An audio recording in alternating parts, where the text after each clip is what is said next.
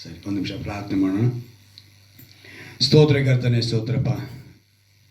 ನಿನ್ನೆ ವಿಶೇಷವಾದ ಕೃಪೆಯಿಂದ ನಮ್ಮನ್ನು ಕೂಡಿಸಿ ಈ ದಿವಸ ನಿನ್ನ ವಾಕ್ಯವನ್ನು ಕೇಳುವಂತೆ ನಮಗೆ ಕೃಪೆ ಮಾಡಿಕೊಟ್ಟಿರೋದಕ್ಕಾಗಿ ಕೋಟಿ ಕೋಟಿ ಸ್ತೋತ್ರಗಳು ಕರ್ತಾರೆ.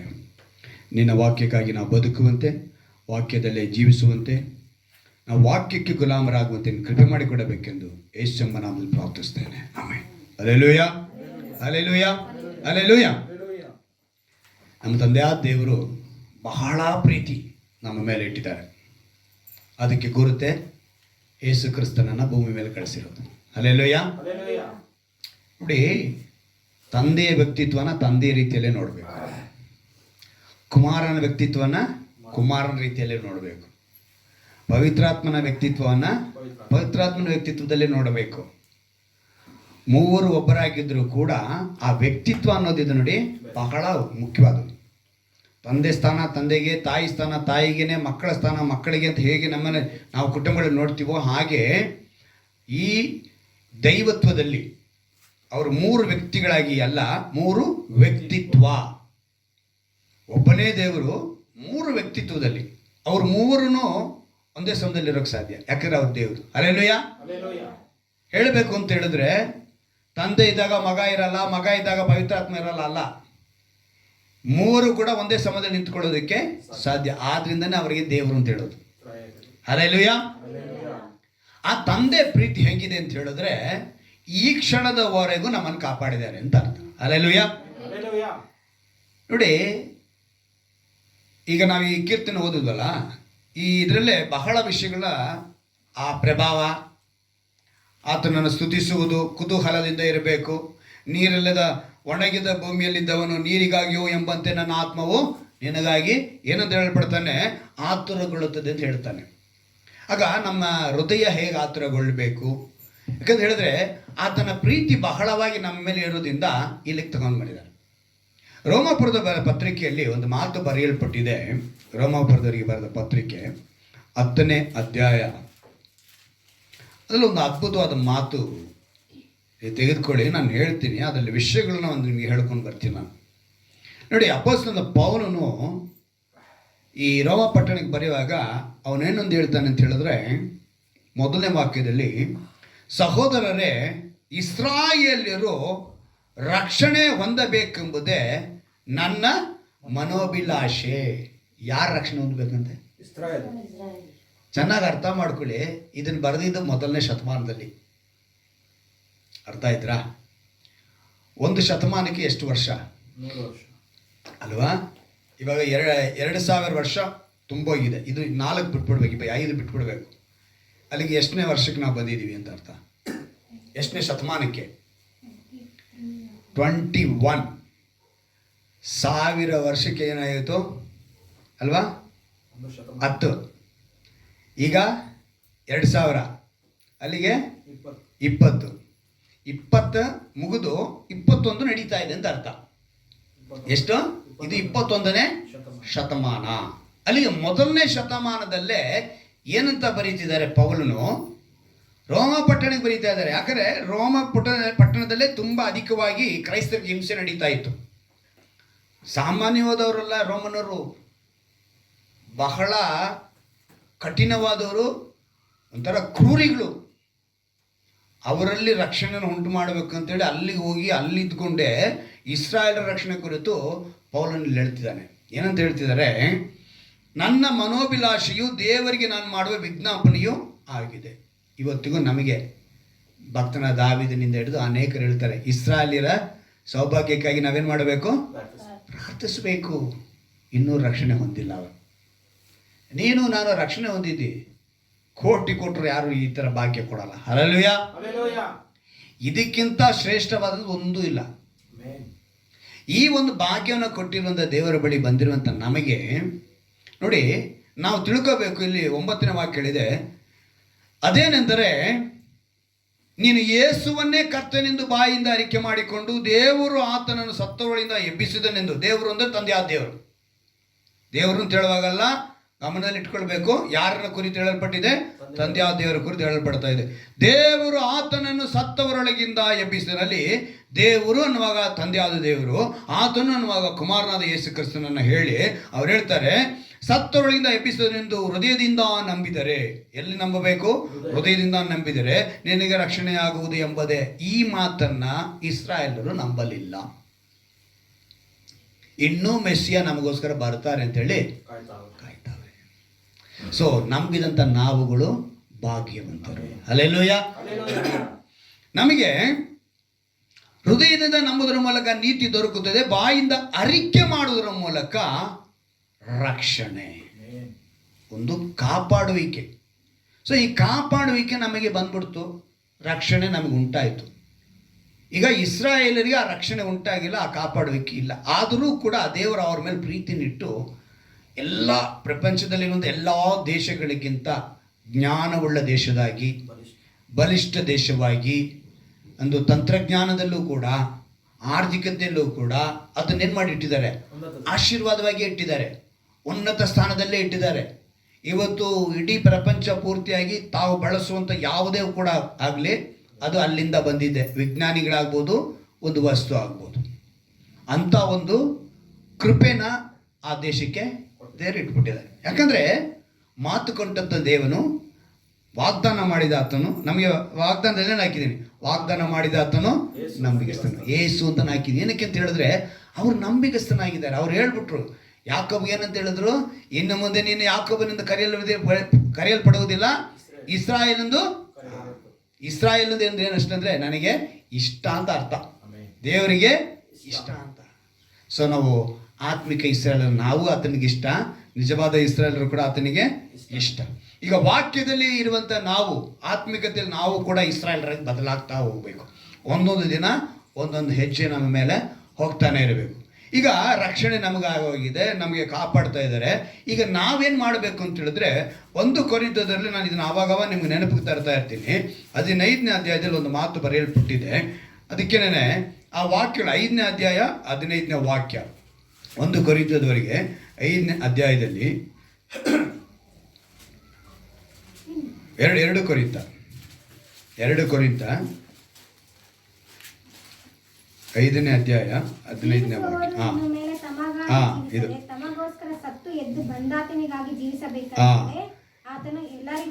ಸತ್ತನು. ಇನ್ನು ಮೇಲೆ ನಾವು ಯಾರಿಗೋಸ್ಕರ ಜೀವಿಸ್ಬೇಕಂತೆ? ಸತ್ತು ಎದ್ದು ಬಂದಾತನಿಗೆ. ಇದನ್ನ ಗಮನದಲ್ಲಿ ಇಟ್ಕೋಬೇಕು.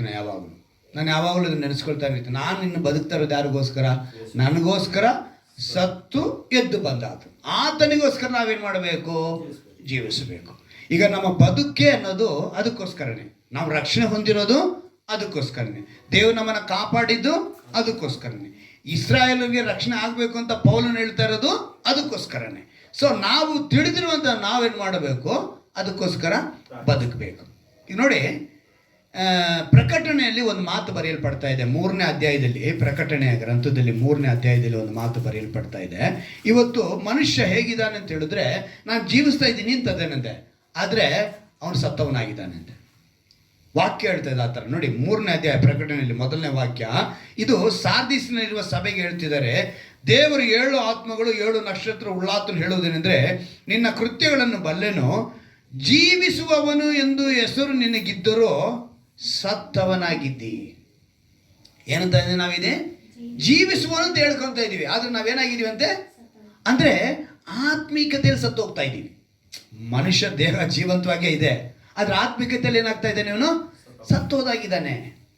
ಆದರೆ ಅದಕ್ಕೆ ಲಾಸ್ಟ್ ಟೈಮ್ ಒಂದ್ಸರಿ ನಮ್ಗೆ ದೇವರು ಹೇಳಿದ್ರು, ನಿಂತಿದ್ದೇನೆ ಎಂದು ನೆನೆಸುವನು ಬೀಳದಂತೆ ಎಚ್ಚರವಾಗಿರಬೇಕು. ಇವತ್ತು ತುಂಬ ಜನ ಹಂಗೆ ಇದ್ದಾರೆ, ವಿಶ್ವಾಸಿಗಳು, ಸೇವಕರು. ಮೇಯ್ನ್ ಹೇಳ್ತಾ ಇರೋದು ವಿಶ್ವಾಸಿಗಳಿಗೂ ಸೇವಕರಿಗೂ. ಇವತ್ತು ಅದೇ ರೀತಿಯೇ ವಿಶ್ವಾಸಿಗಳಿಗೂ ಸೇವಕರಿಗೆ ದೇವರು ಮೊದಲನೇದಾಗಿ ಹೇಳಿದ್ರು, ನಾನು ಜೀವಿಸ್ತಾ ಇದ್ದೀನಿ ಅಂತ ಅನ್ಕೊಂಡಿದ್ದಾನೆ ಅಂದರೆ, ಆದ್ರೆ ನಿಜವಾಗ್ಲೂ ಏನಾಗಿದ್ದಾನೆ? ಸತ್ತವನಾಗಿದ್ದಾನೆ. ಅವನು ಸತ್ತವನಾಗಿರಬಾರ್ದು, ನಾವೇನಾಗಿರ್ಬೇಕು? ಜೀವಿಸ ಅಂದರೆ ಬದುಕುವರಾಗಿರ್ಬೇಕು. ಯಾರಿಗೋಸ್ಕರ ಬದುಕಬೇಕು ನಾವು? ಸತ್ತು ಎದ್ದು ಬಂದಾತನಿಗಾಗಿ ಬದುಕಬೇಕು. ಈಗ ಬದುಕಬೇಕು ಅಂತ ನಮಗೆ ಗೊತ್ತಾದ ಮೇಲೆ, ಆನೆ ಗೊತ್ತಲ್ಲ, ಎಲಿಫೆಂಟ್, ಅದು ಜೀವಂತವಾಗಿದ್ರು ಬಂಗಾರ, ಸತ್ರು ಅದರಲ್ಲಿರೋ ಮೂಳೆಗಳೆಲ್ಲ ದಂತಾನೆ ಅಂತೆ. ಅಲ್ವಾ? ಅದಕ್ಕೆ ಆನೆ ಜೀವಂತವಾಗಿದ್ರು ಸತ್ರು, ಆದರೆ ನೀನು ನಾನು ಸತ್ರೆ. ಆದರೆ ನಾವು ಸಾಯೋದಕ್ಕೆ ಮುಂಚೆ ಬೇಕಿದ್ರೆ ನಮ್ಮ ಅಂಗಾಂಗಗಳನ್ನ ದಾನ ಮಾಡೋದಕ್ಕೆ ಏನಾಗಬೇಕಾದ್ರೆ ನಾವು ಕೊಟ್ಟರೆ ಯಾರೋ 4 ಜನನೋ 10 ಜನ ಕೂಡ ಬದುಕೊಂತ. ಇವತ್ತು ಟೆಕ್ನಾಲಜಿ ಬಂದ್ಬಿಟ್ಟೆ, ಒಂದೇ ಕಣ್ಣಿಂದ 4 ಜನ ಕೊಡ್ತಾರೆ ಅಲ್ವಾ? ಸೊ ತುಂಬ ರೀತಿ ನಮ್ಮ ಶರೀರದ ಕೂಡ ಅಂಗಾಂಗಗಳು ಹೋಗುತ್ತೆ. ಆದರೆ ಈಗ ನಾವು ಬದುಕ್ತಾ ಇರುವಂಥ ಆತ್ಮೀಕತೆಗೆ ಬರೋಣ. ಆತ್ಮೀಕತೆಯಲ್ಲಿ ನಾವು ಬದುಕೋರಾಗಿರ್ಬೇಕು. ನಮ್ಮ ಸುತ್ತಲೂ ಬದುಕಿರುವ ವಾತಾವರಣ ಇರಬೇಕು. ಅಂದರೆ ಯಾವುದು ನಮ್ಮ ಮೇಲೆ ಹೆಚ್ಚಾಗಿ ಪ್ರಭಾವ ಬೀರುತ್ತೋ ಅದನ್ನೇ ನಾನು ಹೇಳಿದ್ದು. ಕೀರ್ತನ ಭಾಗದಲ್ಲಿ ನಮಗೇನಿದೆ, ನಿನ್ನ ಮಂದಿರದಲ್ಲಿ ಅವನಿಗೇನಿದೆ ಅಂತೆ, ಪ್ರಭಾವ ನಾನು ಕಂಡೆನು ಅಂತಾನೆ. ಅಂದರೆ ದೇವರ ಒಂದು ವಾಕ್ಯ, ದೇವರ ಒಂದು ಸನ್ನಿಧಾನದಲ್ಲಿ ಅವನಿಗೇನು ಸಿಗ್ತಾ ಇದೆ, ಆ ಪ್ರಭಾವವು ಸಿಗ್ತಾ ಇದೆ, ಆ ಮಹಿಮೆ ಸಿಗ್ತಾ ಇದೆ. ಇವತ್ತು ನಿನ್ನ ಸುತ್ತಲೂ ಅದೇ ರೀತಿಯಾದ ತುಂಬ ವಾತಾವರಣಗಳಿದೆ. ಈ ವಾತಾವರಣದಲ್ಲಿ ಆ ವಾತಾವರಣಗಳೆಲ್ಲ ನಿನ್ನ ಮೇಲೆ ಏನಂತ ಪ್ರಭಾವ ಬೀರ್ತಾ ಇದೆ. ಈಗ ನಾವು ಬದುಕಿರುವುದು ಲೋಕದಲ್ಲಿ ಅಲ್ವಾ? ಅಂದರೆ ಲೋಕವೆಂದಾಗ ನಮ್ಮ ಸುತ್ತಲೂ ಇರುವ ಅಸಭ್ಯ ವಾತಾವರಣ ಇದೆ. ನಮ್ಮ ಸುತ್ತಲೂ ಅಸಭ್ಯ ವಾತಾವರಣ ಇದೆ. ಅಶ್ಲೀಲತೆ ಕಾಣಿಸುತ್ತೆ, ಅಜ್ಞಾನ ಕಾಣಿಸುತ್ತೆ, ಅವಿವೇಕ ಕಾಣಿಸುತ್ತೆ, ಮೂರ್ಖತನ ಕಾಣಿಸುತ್ತೆ. ಪ್ರತಿ ದುಷ್ಟ ಕಾರ್ಯಗಳು ನಮ್ಮ ಕಣ್ಣಿಗೆ ಕಾಣಿಸ್ತಾ ಇರುತ್ತೆ, ನಡೀತಾ ಇರುತ್ತೆ, ಹಾದು ಹೋಗ್ತಾ ಇರುತ್ತೆ, ನಮ್ಮ ಸುತ್ತಲೂ ಇರುತ್ತೆ ಇವು. ಆದರೆ ಇವುಗಳ ಪ್ರಭಾವ ನಿನ್ನ ಮೇಲೆ ಬೀಳಬಾರ್ದು. ಇವುಗಳ ಪ್ರಭಾವ ಈಗ ಮಂದಿರದಲ್ಲಿ ಅಲ್ಲಿ ಪ್ರಭಾವ, ಆತನ ಸನ್ನಿಧಾನಿಯಲ್ಲಿ ನಮಗೆ ಪ್ರಭಾವ ಸಿಗ್ತಾ ಇದೆ ಅಂತ ಹೇಳಿದ್ರೆ, ಇದೇ ರೀತಿಯಾದ ಲೋಕದಲ್ಲಿ ಅನೇಕ ಪ್ರಭಾವಗಳಿದೆ. ಅವೇನಾಗ್ತವೆ, ನಮ್ಮ ಮೇಲೆ ಬೀಳ್ತವೆ. ಇದು ಬೀಳಬಾರ್ದು ಅಂತ ಹೇಳಿದ್ರೆ ಅವುಗಳ ಪ್ರಭಾವವು ನಮ್ಮ ಮೇಲೆ ಬೀಳದಂತೆ ಕಾಪಾಡಿಕೊಳ್ಬೇಕು. ಅದು ನಮಗೆ ಧರ್ಮ, ಅದು ನೀತಿಯಾಗಿದೆ. ಪ್ರತಿ ಕ್ರೈಸ್ತರಿಗಿರಬೇಕಾದಂಥದ್ದು ಇದು. ವಿಶ್ವಾಸಿಗೆ, ಕ್ರೈಸ್ತರಿಗಿಂತ ವಿಶ್ವಾಸ ಹೇಳಿದ್ರೆ ಕ್ರೈಸ್ತರು ಅಂತ ಹೇಳ್ಕೊಂಡು ಇವತ್ತು ತುಂಬ ಜನ ಕ್ರೈಸ್ತರಾಗಿಲ್ಲ. ಆದರೆ ಕ್ರೈಸ್ತರಾಗಿರುವವರಿಗೆ ಎಲ್ರಿಗೂ ಹೇಳ್ತಾರೆ, ಆದರೆ ಮುಖ್ಯವಾಗಿ ವಿಶ್ವಾಸಿಗಳು ಹೇಳ್ತಾರೆ. ಅಂದರೆ ಈ ವಾತಾವರಣದಲ್ಲಿಯೇ ನಮ್ಮನ್ನು ಕ್ರಿಸ್ತನಿಗಾಗಿ ಕಾಪಾಡ್ಕೊಳ್ಬೇಕು. ನಮ್ಮನ್ನು ನಾವು ಕಾಪಾಡ್ಕೊಳ್ಬೇಕು. ಇವಾಗ ದೇವರು ಪಾಪದಿಂದ ಬಿಡಿಸಿದರು, ರಕ್ಷಣೆ ಹೊಂದಾಯಿತು. ನಾವು ಈಗ ರಕ್ಷಣೆ ಹೊಂದಿದ ಮೇಲೆ ನನ್ನನ್ನು ಕಾಪಾಡಿಕೊಳ್ಳೋದು ಅಂದರೆ, ಉದಾಹರಣೆಗೆ ಹೇಳ್ತೀನಿ, ಮಕ್ಕಳನ್ನು ನಾವು ಬೆಳೆಸ್ತಾ ಬೆಳೆಸ್ತಾ ಬೆಳೆಸ್ತಾ ಕೈ ಹಿಡಿದು ನಡೆಸ್ಕೊಂಡು ಬರುವಂಥ ಕಾಲ ಎಷ್ಟು ದೂರ ಬರುತ್ತೆ? ಒಂದು 5 ವರ್ಷ 6 ವರ್ಷ, ಆಮೇಲೆ ಒಂದು 10 ವರ್ಷ ಆದಮೇಲೆ ಸ್ವಲ್ಪ ಎಚ್ಚರಿಕೆ ಮಾತುಗಳು ಕೊಡ್ತೀವಿ. ಆಮೇಲೆ ಒಂದು 18 ವರ್ಷ ಆದಮೇಲೆ ಏನು ಮಾಡ್ತೀವಿ? 18 ವರ್ಷ ಆದಮೇಲೆ ಕೈ ಹಿಡ್ಕೊಂಡೆ ರೋಡಲ್ಲಿ ನಡ್ಕೊಂಡು ಹೋಗ್ತೀವಿ. ಏನು ಮಾಡ್ತೀವಿ? ಈಗ ಅವ್ರನ್ನ ಕಾಪಾಡಿಕೊಳ್ಳೋ ಜವಾಬ್ದಾರಿ ಅವ್ರ ಮೇಲೆ ಬೀಳುತ್ತೆ. ಹಾಗೆ ನಾವು ನಮ್ಮನ್ನು ಕೈ ಹಿಡಿದುಕೊಂಡು ಬಂದಂಥ ಕಾಲ ದೇವ್ರದ್ದು ಆಯಿತು, ಆಯಿತಾ? ಈಗ ನಾವೇನು ಮಾಡಬೇಕು? ನಮ್ಮನ್ನು ಕಾಪಾಡಿಕೊಳ್ಬೇಕು. ದೇವರು ನಮ್ಮನ್ನು ಕೈ ಬಿಡದಂತೆ ನಾವೇನು ಮಾಡಬೇಕು? ನಮ್ಮನ್ನು ಕಾಪಾಡಿಕೊಳ್ಳಬೇಕು. ನಮ್ಮನ್ನು ಕಾಪಾಡಿಕೊಳ್ಳೋದಕ್ಕೆ ಅಂದರೆ ಇಡೀ ನಮ್ಮ ಸುತ್ತಲೂ, ಅಂದರೆ ಒಂದು ವೇಳೆ ಇದೆಲ್ಲ ನಮಗೆ ಬೇಡಪ್ಪ, ಈ ವಾತಾವರಣ ಬೇಡ ಅಂತ ಹೇಳಿದ್ರೆ ನಾವು ಕಾಡಿಗೆ ಹೋಗ್ಬಿಡ್ಬೇಕು. ಎಲ್ಲಿಗೆ ಹೋಗ್ಬಿಡ್ಬೇಕು? ಅರಣ್ಯಕ್ಕೆ. ಆ ರೀತಿ ಹೋದವ್ರು ಇವತ್ತು ಭೂಲೋಕದಲ್ಲಿ ದೇವರುಗಳಾಗ್ಬಿಟ್ಟವ್ರೆ. ಅರ್ಥವಾಯ್ತಾ? ಈ ಒಂದು ವಾತಾವರಣ ನಮಗೆ ಬೇಡ ಅಂತ ಹೇಳಿದವರಲ್ಲ, ಏನಾಗೋದ್ರು ಇವರು? ದೇವರುಗಳಾಗೋದ್ರು. ಹೋದವರು ಕೆಲವರು ಬೆತ್ತಲೆ ಬಾಯಿಗೆ ಬೇರೆ ಬೇರೆ ನಿಂತ್ಕೊಂಡ್ಬಿಟ್ರು ಅಲ್ವಾ? ಬೆತ್ತಲೆ ಆಗಿ ನಿಂತ್ಕೊಂಡ್ಬಿಟ್ರು. ಕೆಲವ್ರು ಹೋಗಿ ಒಂದು ರೂಮ್ ಮಾಡ್ಕೊಂಡು ಅಲ್ಲಲ್ಲಿ ಕುಳಿತುಬಿಟ್ರು. ಹೀಗೆ ಕುಂತ್ಕೊಂಡವ್ರ ಮಾಡಿದವರೆಲ್ಲ ದೇವರುಗಳಾಗೋದು ಅಲ್ವಾ? ಇನ್ನು ಈಗ ಅವರಲ್ಲಿ ಮಹಾಜ್ಞಾನಿಗಳು ಹಾಗೆ ಈಗ ಅಂತ ಎಲ್ಲ ಹೋದ್ರು ಬಿಡಿ, ಆ ವಿಷಯ ಬೇಡ ನಮಗೆ. ಅಂದರೆ ಇಲ್ಲಿ ಈ ವಾತಾವರಣ. ಆದರೆ ನಮ್ಮ ದೇವರು ಏನು ಹೇಳ್ತಾರೆ? ನೀನು ಇಲ್ಲೇ ಇರಬೇಕಪ್ಪ, ಇದರಲ್ಲೇ ನಿನ್ನ ದಮ್ ತೋರಿಸು ಅಂತ ಹೇಳ್ತಾರೆ. ಇದು ನಮ್ಮ ಭಾಷೆಯಲ್ಲಿ ಹೇಳ್ಕೊಳ್ಳೋಣ. ನಮ್ಮ ಭಾಷೆಲೇನೋ, ಈ ವಾತಾವರಣದಲ್ಲಿ ನಿನ್ನ ಕೆಪಾಸಿಟಿ, ನಿನ್ನ ದಮ್ ತೋರಿಸು, ತಾಕತ್ತು ತೋರಿಸು. ಏನಕ್ಕೆ? ಆತ್ಮೀಕತೆಯಲ್ಲಿ. ಆತ್ಮೀಕತೆ ನಾನು ತೋರಿಸ್ಬೇಕಂತೆ. ಅಂದರೆ ಅಲ್ಲಿರುವಂಥ, ಅಂದರೆ ಈಗ ನಾನು ಚೆನ್ನಾಗಿ ಗಮನಿಸ್ಕೊಳ್ಳಿ, ಧೂಳಿಲ್ದಿರೋಂಥ ಪ್ರಾಂತ್ಯ ಇರುತ್ತೆ. ಧೂಳಿಲ್ದೇ ಇರೋದು, ಕೊಳಕು ಇಲ್ಲದೆ ಇರೋದು, ಅಸಹ್ಯ ಇಲ್ದಿರೋದು. ವಾಗ್ದಾನ ಏನಂತ ಮಾಡಿದ್ರು? ನೀನನ್ನು ಧೂಳಿನಿಂದ ಎತ್ತಿ, ದರಿದ್ರನನ್ನು ತಿಪ್ಪೆಯಿಂದ ಎಬ್ಬಿಸಿ ಅಂತ ಹೇಳಿದ್ರ. ನಾನು ವರ್ಷ ವಾಗ್ದಾನ ಕೊಡಬೇಕಿರೇನೆ ದೇವರ ಹತ್ರ ಕೇಳ್ತೀನಿ, ಇದಕ್ಕೆ ಸಂಬಂಧಪಟ್ಟಂತೆ ನಮ್ಮನ್ನು ನೀನು ನಡೆಸ್ಕೊಂಡು ಹೋಗ್ಬೇಕಪ್ಪ ಅಂತ ಕೇಳ್ತೀನಿ. ಆಗಲೇ ಈ ವಾಕ್ಯಗಳೆಲ್ಲ ದೇವ್ರು ಕೊಡೋದು. ಇವತ್ತು ಈ ಧೂಳು ಅನ್ನೋದು ಬಹಳ ನಮ್ಮ ಸುತ್ತಲೂ ಇದೆ. ಯಾವುದು ಅದು ಆಮೇಲೆ ಹೇಳ್ಕೊಂಬರ್ತೀನಿ ಅನ್ನೋದೇ ಅಲ್ವಾ. ನಾವು ಇದನ್ನು ಗಮನಿಸ್ಕೋಬೇಕು. ಎಷ್ಟೇ ದೊಡ್ಡ ಭವನ ಅಂದರೆ ಗೊತ್ತಾ ಅಲ್ವಾ, ಭವನ, ಅರಮನೆ ಅಥವಾ ಕೋಟೆ ಏನಾದ್ರು ಇಟ್ಕೊಳ್ಳೋಣ ಅಲ್ವಾ, ಬಂಗಲೆ ಎಷ್ಟೇ ದೊಡ್ಡದಾಗಿರಲಿ ಅದು ಚಿಕ್ಕದಾಗಿರಲಿ, ಕ್ಲೀನ್ ಮಾಡೋಕ್ಕೆ ನಮ್ಗೇನು ಬೇಕು? ಏನು ಬೇಕು? ಮನೆ ನೆಲ ಒರೆಸೋಕ್ಕೆ ಇವಾಗ ಏನಂದ್ರೆ ಮಾಪಿಂಗ್ ಸ್ಟಿಕ್ ಅಂತ ಬಂದು, ಅದಕ್ಕೆ ಮುಂಚೆ ಬಟ್ಟೆ ಹಾಕಿ ಒರೆಸ್ಲಿಲ್ಲ ಅಂದರೆ ಆ ಮನೆ ಏನದು? ಕರೆಕ್ಟಾ? ನೀನು ಕಸ ಹೊಡೆದಿಲ್ಲ ಅಂದರೆ ಮೇಲ್ಗಡೆ ಕಟ್ಟೋದು ಏನೇ ಆಗಿಲ್ಲ, ಎಲ್ಲವೂ ಕೂಡ ನೀನೇನು ಮಾಡಲೇಬೇಕು? ಕ್ಲೀನು ಮಾಡಲೇಬೇಕು. ಇಲ್ಲವೆಂದ್ರೆ ನೀನೇನಾಗ್ಬಿಡ್ತೀಯ? ಗಲೀಜು ಕಾಣಿಸುತ್ತೆ ಅಲ್ವಾ, ಅಸಹ್ಯವಾಗಿರುತ್ತೆ. ಅಂದರೆ ನಾವೇ ಏನೇ ಶುದ್ಧವಾಗಿದ್ದರೂ ಕೂಡ ಈ ಧೂಳು ಅನ್ನೋದು, ಈ ಕೊಳಕು ಅನ್ನೋದು ನಮ್ಮ ಸುತ್ತಲೂ ಇರೋದ್ರಿಂದ ನಮ್ಮ ಮೇಲೆ ಬಂದು ಬೀಳುತ್ತೆ. ಮನೆಗೆ ಬಾಗಿಲು ಹಾಕಿರ್ತೀವಿ, ಕಿಟಕಿನೂ ಮುಚ್ಚಿರ್ತೀವಿ, ಧೂಳು ಬಂದಿರಲ್ವ ಮನೆ ಒಳಗಡೆ, ಕಣ್ಣಿಗೆ ಕಾಣದಷ್ಟು ಧೂಳು ನಮ್ಮ ಮನೆ ಒಳಗಡೆ ಬಂದು ಕೂತ್ಕೊತೇವೆ ಅಲ್ವಾ. ಎಷ್ಟಕ್ಕೂ ಗಾಳಿ ಏನಿಲ್ಲ, ಆ ಥರ ಏನಿಲ್ಲ, ನಮ್ಮ ಸುತ್ತಲೂ ಮನೆಗಳಿರ್ತವೆ. ಆದರೂ ಕೂಡ ನಮ್ಮ ಮನೆ ಒಳಗಡೆ ಏನು ಕೂತ್ಕೊಳುತ್ತೆ? ಧೂಳು ಕೂತ್ಕೊಳ್ಳುತ್ತೆ, ಕೊಳಕು ಹಾಗೆ ಆಗುತ್ತೆ ಅಲ್ವಾ.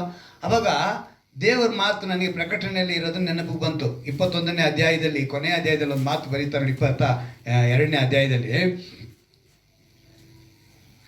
11ನೇ ವಾಕ್ಯದಲ್ಲಿ ನಾವು ಗಮನಿಸುವಾಗ, ಅನ್ಯಾಯ ಮಾಡುವನು ಇನ್ನೂ ಅನ್ಯಾಯ ಮಾಡಲಿ, ಮೈಲಿಗೆ ಆದವನು ತನ್ನನ್ನು ಇನ್ನೂ ಮೈಲಿಗೆ ಮಾಡಿಕೊಳ್ಳಲಿ, ನೀತಿವಂತನು ಇನ್ನೂ ನೀತಿಯನ್ನು ಅನುಸರಿಸಲಿ, ಪವಿತ್ರನು ತನ್ನನ್ನು ಇನ್ನೂ ಈಗ ಪವಿತ್ರನ ಏನು ಮಾಡ್ಕೋಬೇಕು? ಪವಿತ್ರನು ಅಂತ ನಾವು ಯಾರನ್ನು ಕರಿತೀವಿ? ದೇವರ ಮಕ್ಕಳು, ವಿಶ್ವಾಸಿಗಳು. ಇದೆಲ್ಲ ಬರಬೇಕು ಅಂತ ಹೇಳಿದ್ರೆ ಅವ್ನು ಪವಿತ್ರನಾದನು ಅಂತ ಹೇಳುವಾಗ, ದೀಕ್ಷಾಸ್ನಾನ ತೆಗೆದುಕೊಂಡ ಪ್ರತಿಯೊಬ್ಬರು ನಾವೇನು ಹೇಳ್ತೀವಿ? ಪವಿತ್ರನು ಅಂತ ಹೇಳ್ತೀವಿ ಅಲ್ವಾ. ನೆನಪಿನಲ್ಲಿ ಇಟ್ಕೊಳ್ಳಿ, ದೀಕ್ಷಾಸ್ನಾನ ಹೊಂದಿರೋರ್ನೆಲ್ಲ ನಾವೇನು ಹೇಳ್ತೀವಿ? ಅಂದರೆ ಪ್ರತಿನಿತ್ಯ ನಮ್ಮನ್ನು ಪವಿತ್ರ ಮಾಡಿಕೊಳ್ಬೇಕು. ಈ ಪವಿತ್ರತೆ ಕುರಿತು ಯೋಚನೆ ಮಾಡಿದಾಗಲೇ ನಾನು ಸಂತೋಷಪಟ್ಟೆ. ನಮ್ಮ ದೇವರು ನಮಗೆ ನಮ್ಮ ಸಭೆಯಲ್ಲಿ ಈ ಭಾಗ್ಯನ ಕೊಟ್ಬಿಟ್ಟಿದ್ದಾರೆ. ಅಟ್ಲೀಸ್ಟ್ ನೀವು ಮನೆಗಳಲ್ಲಿ ಅದನ್ನು ಯೋಚನೆ ಮಾಡ್ತಿರೋ ಇಲ್ವೋ, ಸಭೆಯಲ್ಲಿ ಬಂದು ಅಟ್ಲೀಸ್ಟ್ ಒಂದು 10 ನಿಮಿಷ ನಾವೇನು ಮಾಡ್ತೀವಿ? ಪರಿಶುದ್ಧಕ್ಕಾಗಿ ಅಂಗಲಾಚ್ತೀವಿ. ಎಷ್ಟು ಪ್ರಾಮುಖ್ಯತೆ ಪಡ್ತಾರೋ. ಸಭೆಯ ಆರಾಧನೆಯ ಈ 2 ಗಂಟೆ ಆರಾಧನೆಯಲ್ಲಿ ಪ್ರತಿಯೊಂದು ಭಾಗವೂ ಕೂಡ ನಮಗೆ ಕೋಟಿಗಟ್ಟಲೆ ದುಡ್ಡು ಕೊಟ್ಟರು ಸಿಗದೇ ಇರುವಂಥ ಒಂದು ಭಾಗ್ಯ. ಹಲ್ಲೆಲೂಯಾ. ಪ್ರಯೋಜನ ಪಡಿಸ್ಕೊಳ್ಬೇಕು. ಅದನ್ನು ಪ್ರಯೋಜನ ಪಡಿಸ್ಕೊಂಡಿಲ್ಲ, ಆ ಸಡ್ಡೆ ಸ್ತೋತ್ರ ಬಲಿಗೆ ಹೋಯ್ತು, ನಿನ್ನ ಆಶೀರ್ವಾದ ಹೋಯ್ತು. ಹಾಡಿನ ಭಾಗ, ನೀನು ಸಂಪೂರ್ಣವಾಗಿ ನಿನ್ನನ್ನು ಮರೆತು ನೀನು ಸ್ತುತಿಸಿ ಸಂತೋಷವಾಗಿ, ನಾನು ಯಾವತ್ತೂ ಹೇಳ್ತೀನಿ, ಹಾಡು ಹೇಳೋವ್ರಿಗಾಗಲಿ ಮುಖ ಅಥವಾ ವಾದ್ಯ ನುಡಿಸೋರಿಗಾಗಲಿ ಮುಖ ಗಂಟಿರಬಾರ್ದು ಪ್ಲೀಸ್. ಹಾಡು ಹೇಳೋರಾಗ್ಬೋದು, ಹಾಡು ಕೇಳೋರಾಗ್ಬೋದು, ವಾದ್ಯ ನುಡಿಸೋರಾಗ್ಬೋದು, ಮುಖದಲ್ಲಿ ಏನಿರಬಾರ್ದು? ಸಂತೋಷವಾಗಿ ನಗನಗ್ತಾ ಇಡಬೇಕು. ಈ ಗಂಟು ಮುಖ, ಗಂಟರಿಂದ ಸ್ವಲ್ಪ ಏನೋ ಕಳ್ಕೊಂಡಂಗೆ ಮಾಡಿದ್ರೆ ಅಲ್ಲಿ ದೇವ್ರು ನೋಡ್ತಾರೆ, ಏನಯ್ಯ ಇವ್ರಿಗೆ ಎಷ್ಟೆಲ್ಲ ಕೊಟ್ಟಿದ್ದೀನಿ, ಇನ್ನೂ ಹಿಂಗೆ ಇದ್ದಾರಲ್ಲ. ಇವತ್ತು ಇವ್ನು ನಿಂತ್ಕೊಂಡು ಇಲ್ಲಿ ಬಾರಿಸ್ತಾ ಇದ್ದಾನೆ, ಇವ್ನು ಇಲ್ಲಿ ಕುಳಿತುಕೊಂಡು ಕೈ ತಟ್ತಾ ಇದ್ದಾನೆ, ಮಧ್ಯಾಹ್ನ ಹೋಗಿ ಚಿಕನ್ ಮಟನ್ ತಿಂತಾರೆ, ಅದಕ್ಕೆ ಆ ಮಿಷಿನೆಲ್ಲ ಕೆಲಸ ಮಾಡಂಗೆ ಇಟ್ಟಿದ್ದೀನಿ, ಇನ್ನೂ ಇವರಿಗೆ ಸಂತೋಷ ಬರ್ತಿಲ್ವೇ? ಹೊಟ್ಟೆ ನಾವು ಬಂದ ಅವಾಗ ಯಾವಾಗ ಬರೋದಕ್ಕೆ ಮುಂಚೆ ಕೇಳೋಕ್ಕೇನು, ಬರೋಕ್ಕೆ ಮುಂಚೆ ಅವ್ರನ್ನ ಸಂತೋಷ ಪಡಿಸೋಕ್ಕೇನು ನಮಗೆ? ದೇವ್ರು ನೋಡ್ತಾರಲ್ಲ ಅದನ್ನೆಲ್ಲ. ನಾವೇನು ಮಾಡಬೇಕು? ನಗ್ನಗ್ತಾ ಇರ್ರಿ. ನಮ್ಮನ್ನು ಹೀಯಾಡ್ಸೋರು, ಕೇವಲ ನೋಡೋರು ಏನು ಬೇಕಾದ್ರೆ ಹೇಳ್ಕೊಂಡು ನಾವು ಹೆಂಗಿದ್ರು ಮನುಷ್ಯ ಆಡ್ಕೊಳ್ತಾನೆ, ಅಂದರೆ ದೇವ್ರು ಏನು ನೋಡ್ತಾರೆ ಅಂತ ನೋಡಿ. ನೀವು ಹೆಂಗಿದ್ರು ನಮ್ಮ ಮುಖದಲ್ಲಿ ಏನು ಕಾಣಿಸ್ಬೇಕು ಗೊತ್ತಾ? ನಗು, ಶೇರ, ಸಂತೋಷವಾಗಿ ದೇವರ ಹತ್ರ ಏನು ಮಾಡಬೇಕು? ಸಂತೋಷವಾಗಿ ಹಾಡಿ ಸ್ತುತಿಸಿ ಅದು ನೋಡ್ಬೇಕು. ಪ್ರತಿಯೊಂದರಲ್ಲೂ ದೇವರು ನೋಡ್ತಾರೆ. ಪ್ರತಿಯೊಂದು ಭಾಗನ ನೀವು ಪ್ರಯೋಜನ ಪಡಿಸ್ಕೊಂಬಿಟ್ರೆ ನಮ್ಮ 2 ಗಂಟೆಯ ಆರಾಧನೆ ನಮ್ಮನ್ನು ತಗೊಂಡೋಗೋ ಲೆವೆಲ್ಲೇ ಬೇರೆ. ಹಲ್ಲೆಲೂಯಾ. ನೀವಿಂಥ ಮಾತೆಲ್ಲ ಕೇಳಿದಾಗ ಚಪ್ಪಾಳೆ ತಟ್ಟಿ ದೇವ್ರನ್ನ ಮಹಿಮೆ ಪಡಿಸ್ಬೇಕು. ಹಲ್ಲೆಲೂಯಾ. ಎಷ್ಟು ಅದ್ಭುತವಾಗಿ ದೇವರು ನಡೆಸ್ತಾರೆ. ಚಿಕ್ಕ ಮಂದೆ ನಮ್ಮದು, ಆದರೆ ಇಲ್ಲಿ ಸಿಗುವಂಥ ವಾಕ್ಯಗಳು ಬೇರೆ ಸಿಗುತ್ತಲ್ಲೋ ನನಗೆ ಗೊತ್ತಿಲ್ಲ, ನಾನು ಹೆಮ್ಮೆ ಪಡ್ಕೊಳ್ಳಲ್ಲ. ಆದರೆ ನನಗೆ ತಿಳಿದಂಗೆ ವಾಕ್ಯಗಳು ಅದ್ಭುತವಾಗಿ ದೇವರು ಕೊಡ್ತಾ ಇದ್ದಾರೆ ನಿಮಗೆ ಪ್ರತಿನಿತ್ಯ. ಅಶುದ್ಧ ಅಪವಿತ್ರತೆ ನಾನು ಮಾಡಲ್ಲ ಅಂತ ಹೇಳಿ ಯಾರನ್ನ ಹೇಳಿದ್ರು ಅಂತ ಹೇಳಿದ್ರೆ, ನನ್ನ ಹತ್ರ ಅಶುದ್ಧನೇ ಬರಲ್ಲ, ನನ್ನ ಹತ್ರ ಅಪವಿತ್ರನೇ ಬರಲ್ಲ ಅಂತ ಯಾರನ್ನ ನಿಮ್ಮ ಹತ್ರ ಹೇಳಿದ್ರೆ ಅವರು ವೇಷಧಾರಿಗಳು ಅಂತ ಅರ್ಥ. ಚೆನ್ನಾಗಿ ಅರ್ಥ ಮಾಡ್ಕೊಳ್ಳಿ.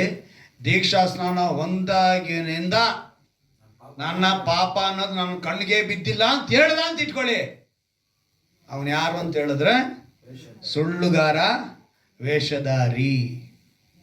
ನೋಡಿ ಈ ಮಾತು ಹೆಂಗಿದೆ ಅಂತ ಹೇಳಿದ್ರೆ, ಕ್ರಿಸ್ಮಸ್ಗೆಲ್ಲ ಬಟ್ಟೆ ತಗೊಂಡ್ರ ಎಲ್ಲಿ ಒಗ್ದಾಕಿದ್ದೀರಾ? ಒಗ್ದಿದ್ದೀರಾ? ಒಟ್ಟಿನಲ್ಲಿ ಒಗ್ದಿದ್ದೀರಾ ತಾನೆ ಬಟ್ಟೆನ? ನೀವು ಕ್ರಿಸ್ಮಸ್ ಬಟ್ಟೆ ತಗೊಂಡು ಅದು ಗಲೀಜೇ ಆಗಿಲ್ಲ, ಕೊಳಕೆ ಆಗಿಲ್ಲ, ನಾನು ಒಗ್ದೇ ಇಲ್ಲ, ಹಂಗೆ ಇಟ್ಟಿದ್ದೀನಿ ಅಂತ ಹೇಳಿದ್ರೆ ಅದೇ ಥರ ಇರುತ್ತೆ. ದೀಕ್ಷಾ ಸ್ನಾನ ತೆಗೆದುಕೊಂಡಾಗಿಂದ ನಾನೇನು ಮಾಡಿಲ್ಲ, ನನ್ನ ಹತ್ರ ಕೊಳಕು ಬಂದಿಲ್ಲ ಏನು ಅಂತ ಹೇಳಿದ್ರೆ ಅದಕ್ಕೆ ಸಮಾನ. ನಾನು ಬಟ್ಟೆ ತಗೊಂಡು ನಾನು ಒಗ್ದೇ ಇಲ್ಲ ಅಂತ ಹೇಳೋಕ್ಕೆ ಹೆಂಗೆ ಸಮಾನೋ ಹಾಗೆ ದೀಕ್ಷಾ ಸ್ನಾನ ತೆಗೆದುಕೊಂಡ ಮೇಲೆ ಹೊಸ ಬಟ್ಟೆ ತಾನೆ ಪಾನಿ ತಗೊಂಡಿದ್ದು. ನಾವು ಹಳೆ ಬಟ್ಟೆ ತಗೊಂಡು ಹೊಸ ಬಟ್ಟೆ, ಆದರೆ ಟೈಲರ್ ಹತ್ರ ಹೋಗಿ ಬಂದ ಮೇಲೆ ಅದನ್ನು ನೀರಿಗೆ ಹಾಕೊಂತೀವಿ, ಕರೆಕ್ಟಾ? ಯಾಕಂದರೆ ಅವ್ನು ಎಲ್ಲೆಲ್ಲಿ ಬೀಳ್ಸಿದ್ನೋ ಏನು ಮಾಡಿದ್ನೋ ಅಂತೇಳಿ ಟೈಲರ್ ಹತ್ರ ಹೋದ್ರು ಕೂಡ ಏನು ಮಾಡಬೇಕು, ಹಾಕೋಬೇಕು. ಅದು ನಮ್ಮ ಆರೋಗ್ಯಕ್ಕೆ ಅಲ್ವಾ? ಹಾಗೆ ದೀಕ್ಷಾ ಸ್ನಾನ ಹೊಂದಿದ ಮೇಲೆ ನನ್ನ ಹತ್ರ ಕೊಳಕು ಬರಲೇ ಇಲ್ಲ, ನನ್ನ ಹತ್ರ ಅಶುದ್ಧ ಬರಲೇ ಇಲ್ಲ ಅಂತ ಹೇಳಿದ್ರೆ ಸುಳ್ಳುಗಾರ. ದೇವರು ಏನು ಹೇಳ್ತಾರೆ, ಪವಿತ್ರನು ಏನು ಕೇಳಿದ್ರ ಮಾತನ್ನ ಬೀಳುತ್ತಪ್ಪ ಮಗ ಮಗಳೇ, ಬೀಳುತ್ತೆ. ನೀನೇನ್ ಮಾಡ್ಕೋಬೇಕು? ಹೇಗೆ? ವಾಕ್ಯದಿಂದ. ಹಲ್ಲೆಲೂಯಾ. ನೀನ್ ವಾಕ್ಯದಿಂದ ನಿನ್ನನ್ನು ಏನ್ ಮಾಡ್ಕೋಬೇಕು?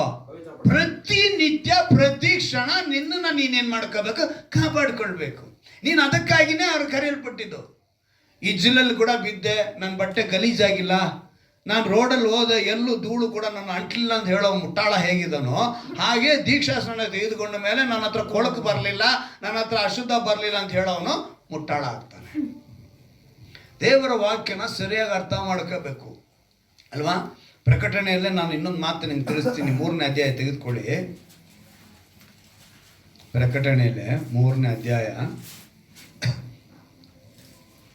ಒಂದು ಅದರಲ್ಲಿ 4ನೇ ವಾಕ್ಯನ ಗಮನಿಸುವಾಗ, ತಮ್ಮ ವಸ್ತ್ರಗಳನ್ನು ಮೈಲಿಗೆ ಮಾಡಿಕೊಳ್ಳದಿರುವ ಸ್ವಲ್ಪ ಜನರು ಸಾರ್ದೀಸಿನೊಳಗೆ ನಿನ್ನಲ್ಲಿದ್ದಾರೆ. ಏನಂತೆ?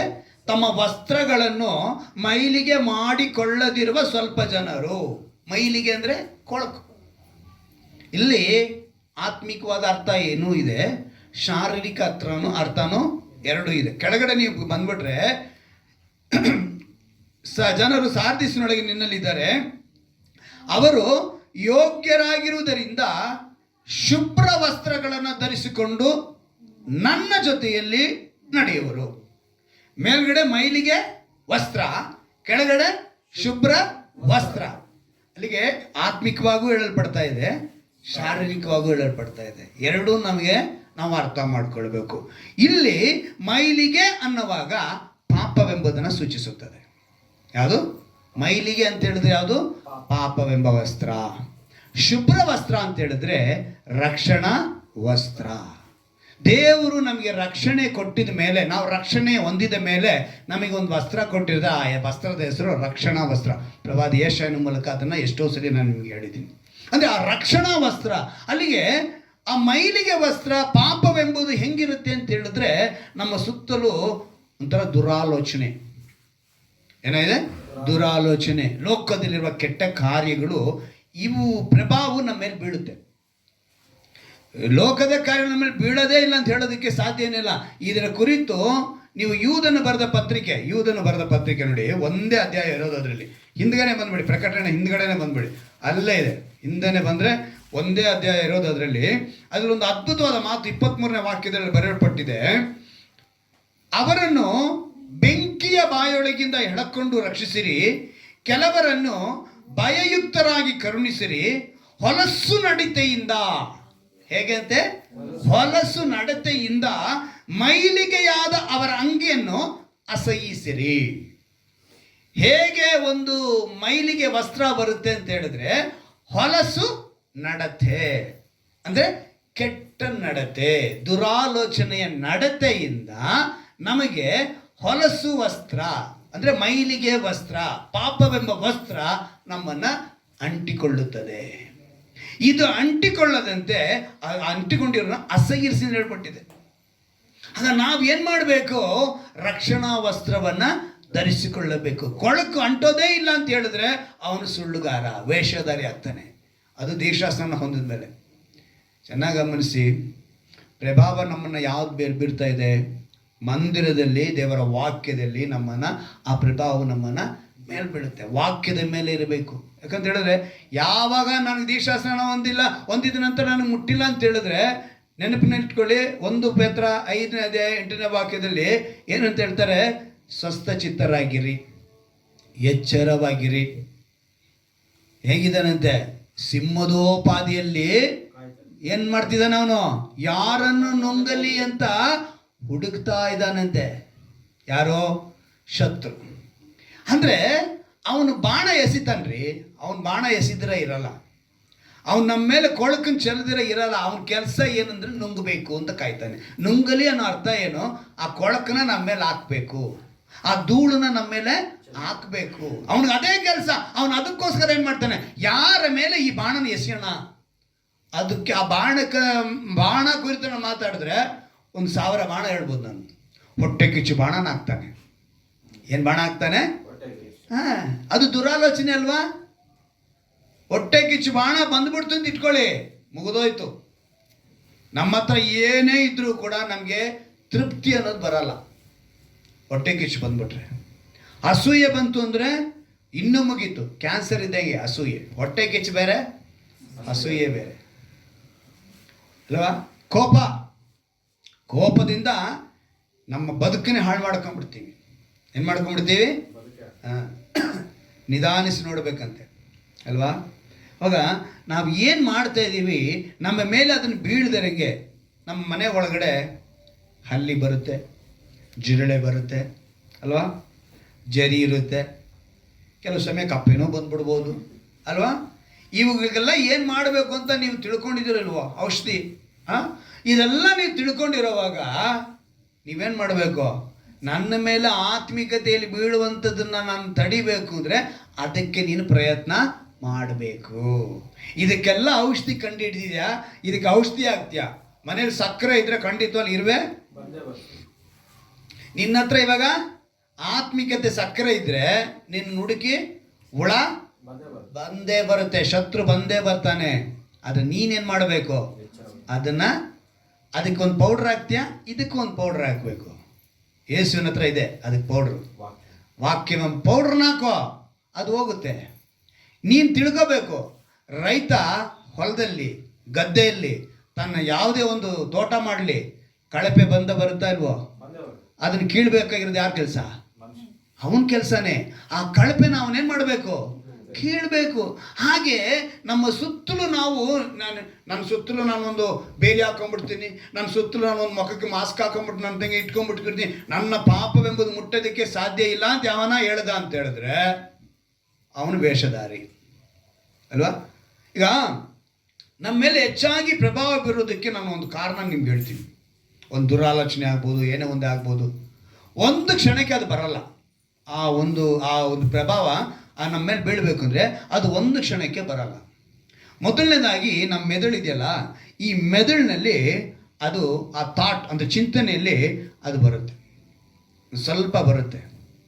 ಈ ಮೆದುಳಿನಲ್ಲಿ ಬಂದಿದ್ದು ಇಡೀ ಶರೀರ ಪೂರ್ತಿ ಹರಡ್ಕೊಳ್ಳುತ್ತಂತೆ. ಅದು ಥಾಟ್ಸ್, ಆ ಚಿಂತನೆಗಳು ನಮ್ಮ ಶರೀರ ಪೂರ್ತಿಯಾಗಿ ಆವರಿಸ್ಕೊಳ್ಳುತ್ತೆ. ನಿಮ್ಗೆ ಹೆಂಗೆ ಹೇಳಬೇಕು ಅಂತ ಹೇಳಿದ್ರೆ, ಅದಕ್ಕೆ ಒಂದು ವಿಷಯ ಬಂದು ಅದಕ್ಕೆ ಲಿಂಕ್ ಸೇರಿ ಅನೇಕ ಲಿಂಕ್ಗಳು ಒಳಗಡೆ ಬಂದು ಅದು ಹಂಗೆ ದೊಡ್ಡದಾಗಿ ಬಂದ್ಬಿಡುತ್ತೆ. ಟೈಟಾನಿಕ್ ಕಪ್ಪಲ್ಲು ಇದು ಶಿಪ್ಪು ಹೊಡೆದೋಯ್ತು ಗೊತ್ತಲ್ಲ? ಅವನು ಏನು ಅನ್ಕೊಂಡಂತೆ ಮುಂದೆ ಕಾಣಿಸ್ತಾ ಇರೋದು ಮಂಜುಗಡ್ಡೆ ಚಿಕ್ಕದು. ಏನಂತೆ? ಮಂಜು ಗಡ್ಡೆ ಚಿಕ್ಕದು ಅಂತೇಳಿ. ಆದರೆ ಮೇಲ್ಗೆ ಕಂಡಿದ್ದು ಚಿಕ್ಕದಾಗಿರುವಂಥ ಗಡ್ಡೆ, ಕೆಳಗಡೆ ಇದ್ದಿದ್ದು ದೊಡ್ಡ ಪರ್ವತ, ಮಂಜಿನ ಪರ್ವತ. ಆ ಮಂಜಿನ ಪರ್ವತ ಹೆಂಗಿತ್ತು ಅಂತ ಹೇಳಿದ್ರೆ ಅಷ್ಟು ಗಟ್ಟಿ. ಇವನು ನನ್ನ ಶಿಪ್ಪನ್ನ ಯಾರೂ ಮುರಿಯೋಕ್ಕಾಗಲ್ಲ, ಯಾರೂ ಅದನ್ನು ಇದು ಮಾಡೋಕ್ಕಾಗಲ್ಲ ಅಂತ ಹೇಳಿದಂಥ ಹೆಮ್ಮೆ ಕೊಚ್ಕೊಂಡಂಥ ಅವನ ಶಿಪ್ಪು 2 ಭಾಗ ಆಗೋಯ್ತು. ಅವನ ಶಿಪ್ಪು ಮುಳುಗೋಯ್ತು. ಕಾರಣ ಆ ಗಡ್ಡೆನ ಅವನೇನು ಅಂದ್ಕೊಂಡ, ಸಾಮಾನ್ಯವಾಗಿ ಚಿಕ್ಕದು ಅಂದ್ಕೊಂಡ. ಇವತ್ತು ನಮ್ಮಲ್ಲಿ ಅನೇಕರು ಆ ಆಲೋಚನೆ, ಕೆಲವು ಕಾರ್ಯಗಳು ಅಂತ ಅಸಡ್ಡೆ ಆಗಿದ್ದರೆ ಅದು ಒಳಗಡೆ ಬೆಳೀತಾ ಇರುತ್ತೆ. ಸಮುದ್ರದ ಕುರಿತು ನಾನೊಂದು ಆರ್ಟಿಕಲ್ ನೋಡಿದ್ದೀನಿ. ಈ ಭೂಮಿ ಮೇಲೆ ಎಷ್ಟು ದೊಡ್ಡ ದೊಡ್ಡ ಪರ್ವತಗಳಿದೆಯೋ ಅದೇ ಪರ್ವತಗಳು ಸಮುದ್ರದ ಒಳಗೆ ಇದೆ, ಯಾರಿಗೂ ಗೊತ್ತಿಲ್ಲ. ಸೂರ್ಯನ ಬೆಳಕು ಅಮ್ಮ ಅಂದರೆ ಒಂದು 600 ಮೀಟ್ರ್ ಇಲ್ಲ 700 ಮೀಟ್ರ್ ಒಳಗೆ ಹೋಗುತ್ತೆ ಅಷ್ಟೇ. ಅದಕ್ಕಿಂತ ನಾವು ಒಳಗೆ ಹೋಗ್ಬೇಕು ಅಂದರೆ ಇವತ್ತು ನಮ್ಮವ್ರು ಕಂಡಿದ್ರಲ್ಲ ಸಬ್ಮೆರೀನ್ಗಳು, ಅವು ಹೋಗುತ್ತೆ. ಅದು ಕೂಡ ಒಂದು ಲಿಮಿಟ್ ಪ್ಲೇಸು. ಅದರ ನಂತರ ಅವು ಕೂಡ ಹೋಗಲ್ಲ. ಇವಾಗ ಮೊನ್ನೆ ಯಾವನೋ ಇದಕ್ಕೆ ಹೋದ್ರಂತಲ್ಲ ಶ್ರೀಮಂತರು, ನಾವು ಒಳಗಡೆ ಹೋಗಿ ಏನೋ ನೋಡ್ಕೊಂಬರ್ತೀವಿ ಅಂತೇಳಿ ಹೋಗಿ ಹೋದವರು ಹಂಗೆ ಸತ್ತೇ ಹೋದ್ರು. ಅವ್ರು ಬರಲೇ ಇಲ್ಲ, ಅವ್ರು ಅದು ಬರಲಿಲ್ಲ, ಏನು ವಿಷಯನೇ ಗೊತ್ತಾಗಿಲ್ಲ, ಹಾಗೆ ಮುಗಿದೋಯ್ತು. ಅಂದರೆ ಸಮುದ್ರದ ಒಳಗಡೆ ಕೆಳಗಡೆ ಅಷ್ಟು ದೊಡ್ಡ ದೊಡ್ಡ ಅಗಾಧಗಳಿದೆ. ದೇವರ ಸೃಷ್ಟಿ ಅಷ್ಟೊಂದು. ಇದೆಲ್ಲ ನೇತಾಡ್ತಾ ಇದೆ ಒಂದೇ ಭೂಮಿ ಮೇಲೆ. ಕೆಳಗಡೆ ಯಾವುದು ನೀರು ಸೋರ್ತಾ ಇಲ್ಲ. ನಾವು ಒಂದು ಬಾಟ್ಲಲ್ಲಿ ಒಂದು ನೀರು ಇಟ್ಕೋ, ಒಂದು ಪ್ಲಾಸ್ಟಿಕ್ ಬಾಟಲ್ ಇಟ್ಟರು ಕೂಡ ಒಂದು ಕೆಲವು ವರ್ಷಗಳಿಗೆ ನಮ್ದು ಏನಾಗ್ತಾ ಇರುತ್ತೆ, ಮನೇಲಿ ಕೊಳಾಯಿ ಎಲ್ಲ ಲೀಕೇಜ್ ಆಗುತ್ತೆ. ಆದರೆ ಭೂಮಿ ಮೇಲೆ ಇಲ್ಲಿ ಅಗಾಧಗಳಿಂದ ಈ ಸಮುದ್ರಗಳು ಯಾವುದು ಎಲ್ಲವೂ ಕೂಡ ನಿಂತ್ಕೊಂಡಿದ್ದೀರಿ. ಎಂಥ ಮಹಾ ನಮ್ಮ ದೇವರು ಜ್ಞಾನಿ. ಆ ದೇವರನ್ನು ಆರಾಧಿಸೋಣ ನಾವು, ನಮಗೆ ಅಸಡ್ಡೆ. ಇವತ್ತು ನೀನು ನಿನ್ನ ಕಾಪಾಡ್ಕೊಳ್ಬೇಕು ಅಂದರೆ ಆ ವಾಕ್ಯದಿಂದನೇ ಕಾಪಾಡ್ಕೊಳ್ಬೇಕು. ಮೆದುಳಿನಲ್ಲಿ ಚಿಂತೆ, ಈಗ ನಾನು ಅದು ಹೊರಗೆ ಬರಬೇಕು ಅಂತ ಹೇಳೋದು ಸಾಮಾನ್ಯವಾಗಿ ಬರಲ್ಲ. ಅದು ನಮ್ಮ ಸುತ್ತಲೂ ಈಗ ಎಷ್ಟೋ ಮರಗಳು ನೋಡ್ತೀವಲ್ವ, ಎಲ್ಲ ಮರಗಳು ಒಂದೇ ದಿವಸಕ್ಕೆ ಬೆಳೆದ್ಬಿಟ್ವಾ. ಮಾವಿನ ಮರ ಆಗ್ಬೋದು, ತೆಂಗಿನ ಮರ ಆಗ್ಬೋದು, ಹುಣಸೆ ಮರ ಆಗ್ಬೋದು, ಬೇವಿನ ಮರ ಆಗ್ಬೋದು, ಅಥವಾ ಆಲದ ಮರ ಆಗ್ಬೋದು. ಆಲದ ಮರನೇ ದೊಡ್ಡದ ಮರ ಅಂತ ಹೇಳ್ತೀವಲ್ವಾ. ಇವೆಲ್ಲ ಒಂದೇ ದಿವಸಕ್ಕೆ ಬೆಳೆದ್ವಾ. ಆದರೆ ಅದು ಆರಂಭ ನಮ್ಮ ಕೈಯಿಂದ ಕಿತ್ತು ಬಿಸಾಕುವಷ್ಟು ಚಿಕ್ಕದಾಗಿತ್ತು. ಕರೆಕ್ಟಾ? ಯಾವುದೇ ಗಿಡ ಆಗಿರಲಿ, ಆಲದ ಮರವಾಗಿರ್ಬೋದು, ಒಂದು ದಿವಸ ನನ್ನ ಕೈಯಿಂದ ಕಿತ್ತಾಕುವಂಥ, ಒಂದು ಅಂಗೈಯಲ್ಲಿ ಕಿತ್ತಾಕುವಂಥ ಒಂದು ಗಿಡ, ಅದು ಸಸಿ. ಗಿಡವಾಗಿ ಬಗ್ಗದೆ ಮರವಾಗಿ ಬಗ್ಗುತ್ತಾ, ಅದು ಬಗ್ಗಲ್ಲ. ಅಂದರೆ ನಿನ್ನ ಚಿಂತನೆ, ನಿನ್ನ ದುರಾಲೋಚನೆ ಅದು ಒಳಗಡೆ ಬೇರೂರ್ತಾ ಇದೆ. ಅದು ಬೆಳೆದು ಕೊನೆಗೆ ಈಗ ಸರಿ, ಈಗ ಬೆಳೆದಾಯ್ತು, ದೊಡ್ಡ ಆಲದ ಮರ ಬೆಳೆದಾಯ್ತು, ಅಥವಾ ಹುಣಸೆ ಮರ ಯಾವುದೋ ಒಂದು ಮರ ಇಟ್ಕೊಳ್ಳೋಣ. ಮಚ್ಚು ತೊಗೊಂಡೋಗಿ ನಾನು ಮರನ ಬಿಡಿಸ್ಬಿಡ್ತೀನಿ ಆಗುತ್ತಾ? ಕೊಡ್ಲಿ ತೊಗೊಂಡೋಗಿ ನಾನು ಮರನ ಬಿಡಿಸ್ಬಿಡ್ತೀನಿ ಆಗುತ್ತಾ? ಅದಕ್ಕೆ ಬೇರೆ ವಿಧವಾದ ಆಯುಧಗಳನ್ನ ತೆಗೆದುಕೊಂಡು ಹೋಗಿ ಆ ಮರನ ಬುಡ ಸಮೇತ ಅಲ್ವಾ. ಸೊ ನಿನ್ನಲ್ಲಿ ದುರಾಲೋಚನೆ, ನಿನ್ನಲ್ಲಿ ಕೆಟ್ಟ ಕಾರ್ಯಗಳು, ಈ ಕೊಳಕು, ಈ ಧೂಳು ಒಳಗಡೆ ಬೆಳೆದ್ರೆ ನೀನು ಒಂದೊಂದೇ, ಈಗ ಒಂದು ಮರ ಕಟ್ ಮಾಡಬೇಕು ಅಂದ್ರೂ ಕೂಡ ಒಂದು ರಂಬಿನ ಕಟ್ ಮಾಡಿ, ಒಂದು ಕೊಂಬಿನ ಕಟ್ ಮಾಡಿ, ಆಮೇಲೆ ಚಿಕ್ಕದಾಗಿ ಕಟ್ ಮಾಡ್ಕೊಂಡು ಬರ್ತಾರೆ. ಒಂದೇ ಸಲ ಯಾರು ಕೆಳಗಡೆ ಕಟ್ ಮಾಡೋಕ್ಕೆ ಸಾಧ್ಯ ಇಲ್ಲ. ಹಾಗೆ ಆತ್ಮೀಕತೆಯಲ್ಲಿ ನೀನು ಬೆಳಿಬೇಕು ಅಂದರೆ ವಾಕ್ಯವನ್ನು ಕೇಳಿಕೊಂಡು ನಿನ್ನಲ್ಲಿರುವಂಥ ದುರಾಲೋಚನೆಗಳು, ಕೆಟ್ಟ ಕಾರ್ಯಗಳು, ದುರಾಭಿಪ್ರಾಯಗಳು, ದುಷ್ಕೃತ್ಯಗಳು ಎಲ್ಲವನ್ನು ಒಂದೊಂದಾಗಿ ಕಟ್ ಮಾಡ್ಕೊಂಡು ಬರಬೇಕು. ಅದೆಲ್ಲ ಕಟ್ ಮಾಡ್ಕೊಂಡು ಬಂದ್ರೇ ನೀನು ಯಾರಿಗೋಸ್ಕರ ಬದುಕಕ್ಕೆ ಸಾಧ್ಯ? ಸತ್ತು ಎದ್ದು ಬಂದಾತನಿಗಾಗಿ ಬದುಕೋದಕ್ಕೆ ಸಾಧ್ಯ. ನೀನು ಅದಕ್ಕಾಗಿ ಪ್ರಯತ್ನ ಮಾಡಬೇಕು.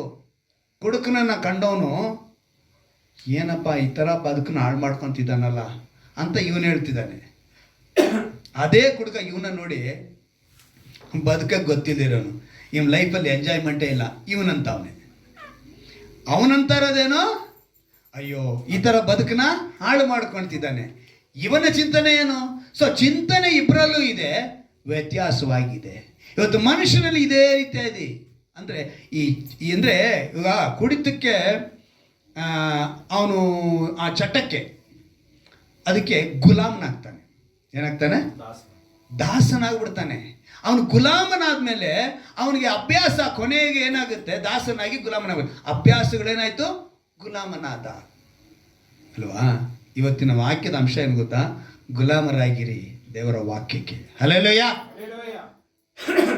ಏನಪ್ಪ ಗುಲಾಮರಾಗಿರಿ ಅಂತ ಹೇಳ್ತೀರ ಅಂದ್ಕೋಬೇಡಿ. ನೀವು ಯಾವುದಕ್ಕೆ ಗುಲಾಮರಾಗಬೇಕು ಗೊತ್ತಾ? ಒಳ್ಳೆಯ ವಿಷಯಕ್ಕೆ, ಒಳ್ಳೆಯ ಕಾರ್ಯಗಳಿಗೆ, ಒಳ್ಳೆಯ ಸ್ವಭಾವಗಳಿಗೆ, ಒಳ್ಳೆಯ ಗುಣಗಳಿಗೆ, ಒಳ್ಳೆಯ ಲಕ್ಷಣಗಳು ನಿಮ್ಮಲ್ಲಿ ಇರಬೇಕು. ದೇವರ ಮಾತಿಗೆ, ದೇವರ ವಾಕ್ಯಕ್ಕೆ ನೀವು ಗುಲಾಮರಾಗಬೇಕು. ನೀವು ಗುಲಾಮರಾಗಿದ್ರೆ, ಈಗ ತಿನ್ನಬಾರ್ದು ಅಂತ ಒಂದು ವಿಷಯ ಹೇಳ್ತೀವಿ ಅಂತ ಇಟ್ಕೊಳ್ಳೋಣ. ಏನ ಒಂದು ವಿಷಯ ನಾನು ತಿನ್ನಬಾರ್ದು ಅಂತ ಹೇಳಿದ್ರೆ, ಆ ತಿನ್ನಬಾರದು ಅನ್ನೋದಕ್ಕೆ ನೀನು ಗುಲಾಮನಾಗಬೇಕು. ಇಲ್ಲ, ನಾನು ತಿಂತೀನಿ, ರೋಡುದ್ದಕ್ಕೂ ನನ್ಗೆ 10 ಅಂಗಡಿ ಇದೆ, 10 ಅಂಗಡಿಯಲ್ಲೂ ತಿನ್ಕೊಂಡೇ ಓದ್ತೀನಿ ಅಂದರೆ ಮಾರನೇ ದಿವಸ ನಿನ್ಗೇನಾಗುತ್ತೆ? ಅಷ್ಟೇ ವಿಷಯ. ಮಾಡಬಾರ್ದು ಅಂತ ದೇವರು ಹೇಳ್ತಿದ್ರೆ ನೀನೇನು ಮಾಡಬೇಕು? ಅದನ್ನು ಮಾಡಬಾರ್ದು. ಆಗ ನಿನಗೇನಾಗಲ್ಲ, ಆತ್ಮೀಯತೆಯಲ್ಲಿ ನಿನಗೆ ಧೂಳು ಅಂಟಲ್ಲ. ನೀನು ಆವಾಗ ಸತ್ತು ಎದ್ದು ಬಂದ ತನಕ ಜೀವಿಸೋದಕ್ಕೆ ಸಾಧ್ಯ. ಎಕ್ಸಸೈಸ್ ಮಾಡಬೇಕು ಅಂತ ಒಂದು ಮಾತಿದೆ, ಏನು ಅಲ್ವಾ? ಬೆಳಿಗ್ಗೆ ನಾನು ಟೈಮ್ಗೆ ಎದ್ದು ಎಕ್ಸಸೈಸ್ ಮಾಡಬೇಕು ಅಂತ ತೀರ್ಮಾನ ಮಾಡಿದ್ಮೇಲೆ ಎದ್ದು ಬಿಡಬೇಕು. ಅಂದರೆ ಯಾರಿಗೆ ನಷ್ಟ? ಊಟದ ವಿಷಯದಲ್ಲೂ ಕೂಡ ಅಷ್ಟೇನೆ. ನಾನು ನಾನ್ ವೆಜ್ ತಿನ್ನೋನೆ, ಆಯ್ತಾ? ನನಗೆ ಒಂದು ಟೈಮ್ಗೆ 2 ಪೀಸ್ ತಿನ್ನಬೇಕು ಅನ್ನೋದು ನನ್ನ ಮೈಂಡಲ್ಲಿ ನಾನು ಫಿಕ್ಸ್ ಮಾಡ್ಕೊಂಡಿರೋದು. 3 ಹೊತ್ತು 2 ಪೀಸ್ ಕೊಡಿ, ಸಂತೋಷಕ್ಕೆ ತಿಂತೀನಿ. ಆದರೆ 3 ಹೊತ್ತದು ಸೇರಿ ಒಂದೇ ಹೊತ್ತು ಕೊಟ್ಟರೆ ನನಗೆ ಕೋಪ ಬರುತ್ತೆ, ನಾನು ತಿನ್ನಲ್ಲ. ನಾನು ತುಂಬ ಕಡೆ ಹೋದರೆ ನನಗೆ ಇದೇ ಹೇಳ್ತಾರೆ, ಒಂದು ದಿವಸ ತಿಂದರೆ ಏನೂ ಆಗಲ್ಲ ಅಂತಾರೆ. ಆದರೆ ನನ್ನ ಕೈಲಿ ತಿನ್ನೋಕ್ಕಾಗಲ್ಲ, ನನಗೆ ಸೆಟ್ ಆಗಲ್ಲ. ನಾನು ಯೌವನ ಪ್ರಾಯದಿಂದಲೂ ಇಷ್ಟೇ. ನಮ್ಮ ಮನೆಯವ್ರನ್ನ ಬೇಗ ಕೇಳಿ ನೋಡಿ, ನಾನು ಯೌವನ ಪ್ರಾಯದಿಂದಲೂ ಕೂಡ ನಾನು ನಾನ್ ವೆಜ್ ಅನ್ನೋದು 2 ಪೀಸ್ ಇದ್ದರೆ ಸಾಕು. ನಾನು ಅಮೃತವಾಗಿ ತಿಂದಿದ್ದು ಹೇಳ್ತೀನಿ, ಸಾಂಬಾರು ಇದ್ದರೆ ಸಾಕು. ಆದರೆ ಬಿರಿಯಾನಿ ಒಂದು ಟೈಮ್ ಸಾಕು, 3 ಹೊತ್ತಿದ್ರೆ. ಸೊ ನಮಗೆ ಏನು ಬೇಕು ಅನ್ನೋದನ್ನು ನಾವೇ ನಿರ್ಧಾರ ಮಾಡಬೇಕು. ನಾವೇ ನಮ್ಮ ಶರೀರನ ಕಂಟ್ರೋಲಲ್ಲಿ ಇಡಬೇಕು. ನಾವೇ ಎಲ್ಲವನ್ನ ಇಟ್ಟರೆ ಅದು ನಾಳೆ ಆರೋಗ್ಯ. ಹಾಗೇನೆ ಆತ್ಮೀಕತೆಯಲ್ಲಿ ನೀನು ಬೆಳೆಯೋದಕ್ಕೆ ಇದು ಬೇಡ, ಇದು ಕೆಟ್ಟ ಕಾರ್ಯ, ಇದು ನನಗೆ ಬೇಡ, ಇದು ದುಷ್ಕಾರ್ಯ ನನಗೆ ಬೇಡ, ಇದು ದುರಾಲೋಚನೆ ನನಗೆ ಬೇಡ ಅಂತ ನೀನೇ ತೀರ್ಮಾನ ಮಾಡಬೇಕು. ಅದಕ್ಕೇನೆ ದೇವರು ನಿನಗೆ ರಕ್ಷಣಾ ವಸ್ತ್ರವನ್ನು ಕೊಟ್ಟಿರೋದು. ರಕ್ಷಣಾ ವಸ್ತ್ರ ನೀನು ಬರೋದಕ್ಕೆ ಮುಂಚೆ ನೀನು ದೀಕ್ಷಾಸ್ನಾನಕ್ಕೆ ಬಂದಿದ್ಯಾ, ದೀಕ್ಷಾಸ್ನಾನಕ್ಕೆ ಬರೋದಕ್ಕೆ ಮುಂಚೆ ನೀನು ಮಾನಸಾಂತರ ಹೊಂದಿದ್ಯಾ, ಮಾನಸಾಂತರಕ್ಕೆ ಮುಂಚೆ ನಿನಗೆ ಪಾಪವು ಯಾವುದು ಅಂತೇಳಿ ನಿನಗೆ ಗೊತ್ತಾಗಿದೆ. ನೀನು ಅರಿಕೆ ಮಾಡ್ತೀಯ, ಯೇಸುವನ್ನೇ ಕರ್ತನೆಂದು ನೀನೇನು ಮಾಡ್ತೀಯ? ಬಾಯಿಂದ ಅರಿಕೆ ಮಾಡ್ತೀಯ. ಅರಿಕೆ ಮಾಡಿ ಇಷ್ಟು ದೂರ ಪ್ರಯಾಣ ಬೆಳೆಸಿ ಬಂದ್ಬಿಟ್ಟು ದೀಕ್ಷಾಸ್ನಾನ ಹೊಂದಿದ ಮೇಲೆ ನಾನು ಎಲ್ಲ ಮಾಸ್ಕ್ ಹಾಕೊಂಡ್ಬಿಟ್ಟಿದ್ದೀನಿ, ನನ್ನ ಸುತ್ತ ಬೇರೆ ಹಾಕೊಡಿ, ನನ್ನ ಹತ್ರ ಕೊಳಕ್ ಬರಲ್ಲ ಅಂತ ಹೇಳಿದ್ರೆ ನೀನು ಸುಳ್ಳುಗಾರನಾಗ್ತೀಯ. ನೀನೇನು ಮಾಡಬೇಕು? ಕೊನೆ ಅಧ್ಯಾಯದಲ್ಲಿ ದೇವರಿಗೆ ಸುಮ್ಮನೆ ಬರೆಯೋಕ್ಕೆ ಅವ್ರಿಗೇನು ಬೇರೆ ಕೆಲಸ ಇರಲಿಲ್ವಾ? ಪವಿತ್ರನು ಇನ್ನು ಪವಿತ್ರನಾಗಲಿದ್ದು ಹೇಳಿದ್ದು ಏನಕ್ಕೆ? ನಿನ್ನ ಮೇಲೆ ಬೀಳುತ್ತಪ್ಪ, ಅವ್ನು ಬೀಳಿಸೋದಕ್ಕೆ ಅವ್ನು ಬರೋದು, ಅವನ ಮೇಲೆ ಚೆಲ್ಲಕ್ಕೆ ಬರೋದು, ನಿನ್ನ ಎಳ್ಕೊಂಡು ಹೋಗ್ಬೇಕು ಅಂತಲೇ ಬರೋದು, ನಿನಗೆ ಬಾಣ ಎಸಿಬೇಕು ಅಂತಲೇ ಬರೋದು. ನೀನೇನು ಮಾಡಬೇಕು? ತಿಳ್ಕೋಬೇಕು. ತಿಳ್ಕೊಂಡಾಗ ನೀನು ಸರಿಯಾಗಿರ್ತೀಯ. ನಿಮ್ಮ ಬಳಿ ಏನೇ ವಿಷಯ ಬಂದರೂ ಕೂಡ ಏನು ಮಾಡಬೇಕು? ನೀವು ಮುಪ್ಪಿನ ಕಾಲದಲ್ಲಿ ಕೂಡ ಔಷಧಿ ಇಲ್ಲದೆ ಬದುಕ್ಬೋದು. ನೀವು ಆರೋಗ್ಯನ ಕಾಡ್ಕೊಂಡು. ಕೆಲವರು ಉಳಿತಾಯ ಮಾಡ್ತಾರೆ, ಗೊತ್ತಾ? ಸಣ್ಣ ಸಣ್ಣ ಉಳಿತಾಯ. ಈಗ ನಮ್ಮ ಕಂಪನಿಯಲ್ಲಿ ನಮಗೆ ಲಾಸ್ಟ್ ಇಯರು ಈ ಪೋಸ್ಟ್ ಆಫೀಸಿಂದ ಒಂದು ಇನ್ಶೂರೆನ್ಸ್ ಮಾಡಿಕೊಟ್ರು, 10 ಲಕ್ಷ. ನನಗೂ ನಮ್ಮ ಮನೆಯವ್ರಿಗೂ ಏನೋ ಒಂದು ಮೆಡಿಕಲ್ ಇದಕ್ಕೆ 10 ಲಕ್ಷ ಕ್ಲೈಮ್. ಸಣ್ಣ ಸಣ್ಣದ ಏನು ವಿಮೆ ಅಂತಾರೆ, ಉಳಿತಾಯ. ಈ ಥರ ನಾವು ಮಾಡ್ಕೊಂಡು ಹೋಗೋದು ನಮಗೊಂದು ಆಶೀರ್ವಾದ. ಇದು ಕೆಲವು ಸೇವಕರು ಹೇಳ್ತಾರೆ, ನಾಳೆ ಕುರಿತು ಚಿಂತೆ ಮಾಡಬೇಡಿ. ಏನಂತೆ? ನಾಳೆ ಕುರಿತು. ನಾವು ಆ ರೀತಿಯೇ ಕೇಳಿ ಕೇಳಿ ನನ್ನ ಲೈಫ್ನಲ್ಲಿ ಒಂದು 3/4 ವರ್ಷ ಏನು ಉಳಿತಾಯನೂ ಮಾಡಲಿಲ್ಲ, ಏನೂ ಮಾಡಲಿಲ್ಲ, ಹಂಗೆ ಬೆಳೆದ್ಬಿಟ್ಟು. ಆಮೇಲೆ ನಾನು ದೇವರೊಳಗೆ ಸಂಪೂರ್ಣವಾಗಿ ನಾನು ಈಗ ಒಂದು 7-8 ವರ್ಷದಿಂದ, ಒಂದು 10 ವರ್ಷ ಅಂತ ಇಟ್ಕೊಳ್ಳಿ, 10 ವರ್ಷದಲ್ಲಿ ನಾನು ಈಗ ಏನು ಮಾಡ್ಕೊತಾ ಇದ್ದೀನಿ, ಅಪ್ಪ ದೇವರೇ ನಾವು ಇನ್ನು ಮುಂದಾದ್ರೂ ಸರಿಗಿರ್ಬೇಕು ಅಂತ ಅನ್ಕೊಳ್ಳೋ ಟೈಮಿಗೆ ನನಗೆ 55 ವರ್ಷ ಬಂದ್ಬಿಟ್ಟೈತೆ. ಏನು ಬಂದ್ಬಿಟ್ಟಿದೆ? ನಾನು ಮೊದಲೇ ಈ ವಿಷಯ ತಿಳ್ಕೊಂಡಿದ್ರೆ, ನನ್ನ ಯೌವನ ಪ್ರಾಯದಲ್ಲಿ ನಾನು ತಿಳ್ಕೊಂಡಿದ್ರೆ ನಾನು ಏನು ಮಾಡ್ತಿದ್ದೆ? ಉಳಿತಾಯ. ಆದರೆ ನಾನೇನು ಮಾಡಿಬಿಟ್ಟೆ, 35 ವರ್ಷ ನನ್ನ ಬದುಕನ್ನ ಹಾಳು ಮಾಡಿಕೊಂಡೆ. ನಾನು ಕೇಳಿದಂಥ ಉಪದೇಶ ಎಂಥದ್ದು ಅಂತ ಹೇಳಿದ್ರೆ, ನೀವು ರೇಷನ್ ಕಾರ್ಡ್ ಕೂಡ ಇರಬಾರ್ದು ಅಂತ ನಾನು ಕೇಳಿದಂಥ ಉಪದೇಶ. ಏನಕ್ಕೆ? ದೇವ್ರ ಮಕ್ಕಳಿಗೆ ಅವೆಲ್ಲ ಬೇಕಿಲ್ಲ. ದೇವರು ಏನು ಕಾಗೆನ ಪೋಷಣೆ ಮಾಡಿದವರು, ಈ ಅಕ್ಕಿಗಳನ್ನ ಪೋಷಣೆ ಮಾಡಿದವರು ಅಂಥೇಳಿ ನಮ್ಮನ್ನು ಬಾಯಿ ಮುಚ್ಚಿಸ್ಬಿಟ್ರು. ರೇಷನ್ ಕಾರ್ಡ್ ಮಾಡೋಕ್ಕೆ ಬಿಡಲಿಲ್ಲ, ಆಧಾರ್ ಕಾರ್ಡ್ ಮಾಡೋಕ್ಕೆ ಬಿಡಲಿಲ್ಲ ನಮಗೆ, ನಾವು ಬೆಳೆದಂಥ ಸ್ಥಳದಲ್ಲಿ. ಆಮೇಲೆ ನಾವು ದೇವರ ಸ್ವಲ್ಪ ಮೊಣಕಾಲು ಹಾಕಿದ್ಮೇಲೆ ದೇವ್ರು ನಮ್ಗೆ ತಿಳಿಪಡಿಸಿ, ಮುಟ್ಟಾಳ ಥರ ಇರಬೇಡಪ್ಪ, ಎಲ್ಲ ಮಾಡ್ಕೋಬೇಕು, ಸೇವಿಂಗ್ ಮಾಡಬೇಕು ಅಂತ ಹೇಳಿದಾಗ 55 ವರ್ಷ ಆಗ್ಬಿಟ್ಟೈತೆ. ರಿಟೈರ್ಡ್ ಆಗೋ ವಯಸ್ಸಾಗಿ ಹೋಗ್ಬಿಟ್ಟೈತೆ. ಆದರೂ ಕೂಡ ಏನೋ ಉಪಯೋಗ ಮಾಡ್ಕೋಬೇಕು ಅಂತ ಯೋಚನೆ ಮಾಡ್ತೀನಿ. ನೀವು ಹಾಗಿರಬೇಡಿ, ಉಳಿತಾಯ ಮಾಡ್ಕೊಳ್ಳಿ. ನಿಮ್ಮ ಬದುಕಲ್ಲಿ ನಿಮಗೋಸ್ಕರ, ಮಕ್ಕಳಿಗೋಸ್ಕರ ಉಳಿತಾಯ ಮಾಡ್ಕೊಳ್ಳಿ. ಯಾಕಂದರೆ ಇಂದಿನ ಮುಖ್ಯ ವಿಷಯ ಏನು ಗೊತ್ತಾ? ದೇವರ ಮಾತಿಗೆ ಗುಲಾಮರಾಗಿರಬೇಕು. ಬೆಳಿಗ್ಗೆ ಎದ್ದಿದ ತಕ್ಷಣ ಬೆಡ್ ಕಾಫಿ ಕೇಳುವಂಥ ಎಷ್ಟೋ ಜನ ಇದ್ದಾರೆ ಆಯಿತಾ, ಅಲ್ಲೋಜೋದಕ್ಕೆ ಮುಂಚೆ. ಆ ರೀತಿಯಾಗಿ ನಿನಗೆ ಬೆಡ್ ವರ್ಡ್ ಇರಬೇಕು. ಮಾತು ಹೆಂಗಿರಬೇಕು? ದೇವರ ವಾಕ್ಯ. ನೋಡಿ, ಗಾಂಧಿ ಜಯಂತಿ ಸಮಯದಲ್ಲೆಲ್ಲ ಎಣ್ಣೆ ನಾಳೆ ಇರೋ ಅಂತ ಗೊತ್ತಾಗ್ಬಿಟ್ರೆ ಒಂದೇ ದಿವಸಕ್ಕೆ ಮುಂಚೆ ಏನು ಮಾಡ್ತಾನೆ? ಸ್ಟಾಕ್ ಮಾಡ್ಕೊತಾನೆ. ಯಾವುದಕ್ಕೆ? ಕುಡಿಯೋದಕ್ಕೆ. ಆದರೆ ದೇವ್ರ ವಾಕ್ಯನ ಸ್ಟಾಕ್ ಮಾಡ್ಕೋಬೇಕು ಅಂತ ಯಾರಿಗೂ ಮನಸ್ಸು ಬರಲ್ಲ. ದೇವರೊಂದಿಗೆ ಸ್ಟಾಕ್ ಆಗಿರಬೇಕು ಅಂತ ಹೇಳಿ ಯಾರಿಗೂ ಬರಲ್ಲ. ಕೀರ್ತನೆ 42ರಲ್ಲಿ ಒಂದು ಮಾತು ಬರೆಯಲ್ಪಟ್ಟಿದೆ ನೋಡಿ. ಕೀರ್ತನೆಗಳು 42ನೇ ಅಧ್ಯಾಯ, ಒಂದು ಅದ್ಭುತವಾದ ಮಾತು. ದೇವರೇ, ಬಾಯಾರಿದ ಜಿಂಕೆಯು ನೀರಿನ ತೊರೆಗಳನ್ನು ಹೇಗೋ ಹಾಗೆ ನನ್ನ ಮನವು ನಿನ್ನನ್ನು ಬಯಸುತ್ತದೆ. ಹೇಗೆ ಬಯಸಬೇಕು? ಬಾಯಾರಿದ ಜಿಂಕೆಯಂತೆ. ನೀನು ವಾಕ್ಯಕ್ಕೋಸ್ಕರ ಬರಬೇಕು. ನೋಡಿ, ಕ್ರಿಸ್ತನ ಕಾಲದಲ್ಲಿ ಗುಲಾಮರಿದ್ರು ಅಂತ ಹೇಳಿದ್ರೆ ನೀವು ನಂಬ್ತೀರಾ? ಕ್ರಿಸ್ತನ ಕಾಲದಲ್ಲೇ ಆತನ ಮಾತಿಗಾಗಿ ಗುಲಾಮರಾಗಿದ್ದವರು. ವಾಕ್ಯ, ಆತನ ಮಾತನ್ನು ಕೇಳಬೇಕು ಅಂತ ನಮ್ಗೆಲ್ರಿಗೂ ಗೊತ್ತು. 7 ರೊಟ್ಟಿ, 7 ರೊಟ್ಟಿನ ಮತ್ತೆ ಹೇಳಿದ್ರೆ ಸುಮ್ಮನೆ ಇದ್ದೀರಾ? ನಾನು ಏನು ಹೇಳಿದ್ರು ಸುಮ್ಮನೆ ಹೂ ಅಂದ್ಬಿಟ್ಟು ಹೋಗ್ಬಿಡ್ತೀರಾ? ಹಂಗಾರೆ ಕರೆಕ್ಷನ್ ಮಾಡಬೇಕು. ನಾನು ಏನಾದ್ರು ಹೇಳಿದ್ ನೀವು ಗಮನಿಸ್ತೀರಾ? ಅದಕ್ಕೆ ಹೇಳಿದೆ 5 ರೊಟ್ಟಿ ಅಲ್ವಾ? ಸೊ ನಾವೇನು ಮಾಡಬೇಕು? ಅಲ್ಲಿ ಆ ವಾಕ್ಯ ತೆಗೆದುಕೊಂಡು ಮತ್ತಾಯನ ಬರೋ ಸುವಾರ್ತೆ 14ನೇ ಅಧ್ಯಾಯದಲ್ಲಿ ಆ ಒಂದು ಮಾತು ನೆನಪಿಗೆ ತರ್ತೀನಿ ನಾನು ನಿಮಗೆ. ಮತ್ತಾಯನ ಬರೋ ಸುವಾರ್ತೆ 14 ಅಧ್ಯಾಯ 13ನೇ ವಾಕ್ಯ ನೋಡುವಾಗ, ಯೇಸು ಅದನ್ನು ಕೇಳಿ ದೋಣಿಯನ್ನು ಹತ್ತಿ ಆ ಸ್ಥಳವನ್ನು ಬಿಟ್ಟು ವಿಂಗಡವಾಗಿ ಅಡವಿಗೆ ಹೋದನು. ಇದನ್ನು ಕೇಳಿದ ಜನರು ಗುಂಪು ಗುಂಪಾಗಿ ತಮ್ಮ ಊರುಗಳಿಂದ ಕಾಲು ನಡಿಗೆಯಿಂದ ಆತನ ಬಳಿಗೆ ಬಂದರು. ಏನ್ರಿ ಹೆಂಗ್ರಿ ಹೋದ್ರು? ರೀ, ನಮಗೆ ಇವತ್ತು ಗಾಡಿ ಇದೆ. ಎಲ್ಲರೂ ಈ ಮನೆ ಇವತ್ತಿನ ದಿವಸದಲ್ಲಿ ಗಾಡಿ ಇಟ್ಕೊಂಡಿದ್ದಾರೆ ಆಯ್ತಾ? ಅವತ್ತು ಈ ಜನ ಸುಮಾರು 5 ರೊಟ್ಟಿ 2 ಮೀನು ಆಯ್ತಾ, ಅಷ್ಟು ಜನಕ್ಕೆ ಅವರು ಕೊಟ್ಟರು. ಅಂದರೆ ಸಂಜೆ ಆಗೋಗಿದೆ, ಉಪವಾಸದಲ್ಲೇ ಇದ್ದಾರೆ. ಇದಕ್ಕಿಂತ ಹಿಂದ್ಗಡೆ ಅಧ್ಯಾಯ ನೋಡಿ, ಅದೇ ರೀತಿ ನೀವು 15ನೇ ಅಧ್ಯಾಯದಲ್ಲಿ ನೋಡ್ತೀರಾ, 7 ರೊಟ್ಟಿ ಕೆಲವು ಸಣ್ಣ. ಇವರು ಇಲ್ಲಿ ಹೇಳಲ್ಪಟ್ಟಿದ್ದ ವಾಕ್ಯ ನೋಡಿ, 32ನೇ ವಾಕ್ಯ. ಆಗ ಯೇಸು ತನ್ನ ಶಿಷ್ಯರನ್ನು ಹತ್ತಿರಕ್ಕೆ ಕರೆದು ಅವರಿಗೆ, ಈ ಜನರು ನೋಡಿ ಕನಿಕರ ಪಡುತ್ತೇನೆ, ಅವ್ರು ನನ್ನ ಬಳಿಗೆ ಬಂದು ಈಗ 3 ದಿನವಾಯಿತು ಅಂದ್ರು. 3 ದಿವಸ. ನಾನು ಇವತ್ತು ನಿಮಗೆ, ನಾವು ಕಮ್ಯುನಿಯನ್ ಟೈಮ್ ಕೂಡ ಏನಾಗುತ್ತೆ ಹೇಳ್ತೀವಿ, ಟೈಮ್ ಆಗ್ಬಿಡುತ್ತೆ, ಊಟ ಹಾಕಿ ಕಮ್ಯುನಿಯನ್ ದಿವಸಕ್ಕೆ ನಾವೇನು ಯೋಚನೆ ಮಾಡ್ತಿದ್ದೀವಿ, ಊಟ ಹಾಕಿ. ಆದರೆ ಇಲ್ಲಿ 3 ದಿವಸ ಆಯಿತು, ಇವರೆಲ್ಲ ಏನಾಗಿದ್ದಾರೆ? ಉಪವಾಸ ಇದೆ. 3 ದಿನ ಅವರು ಯಾರು ಮನೆಗೆ ಹೋಗಿಲ್ಲ, ಅಡವಿಯಲ್ಲೇ ಇದ್ದಿದ್ದು. ಇದಕ್ಕೆ ಪುರಾವೆಗಳಿದೆ, ಆಧಾರಗಳಿದೆ. ಅವ್ರು 3 ದಿವಸ ಕಾಡಲ್ಲೇ ಇದ್ರಂತೆ. ದೇವ್ರ ಜೊತೆ ಅವ್ರ ಜೊತೆಗಿದ್ರು. 3 ದಿವಸ ಆದಮೇಲೆ ಅವ್ರಿಗೆ ಊಟ ಹಾಕಿ ಅವ್ರು ಕಳಿಸಿದ್ದು.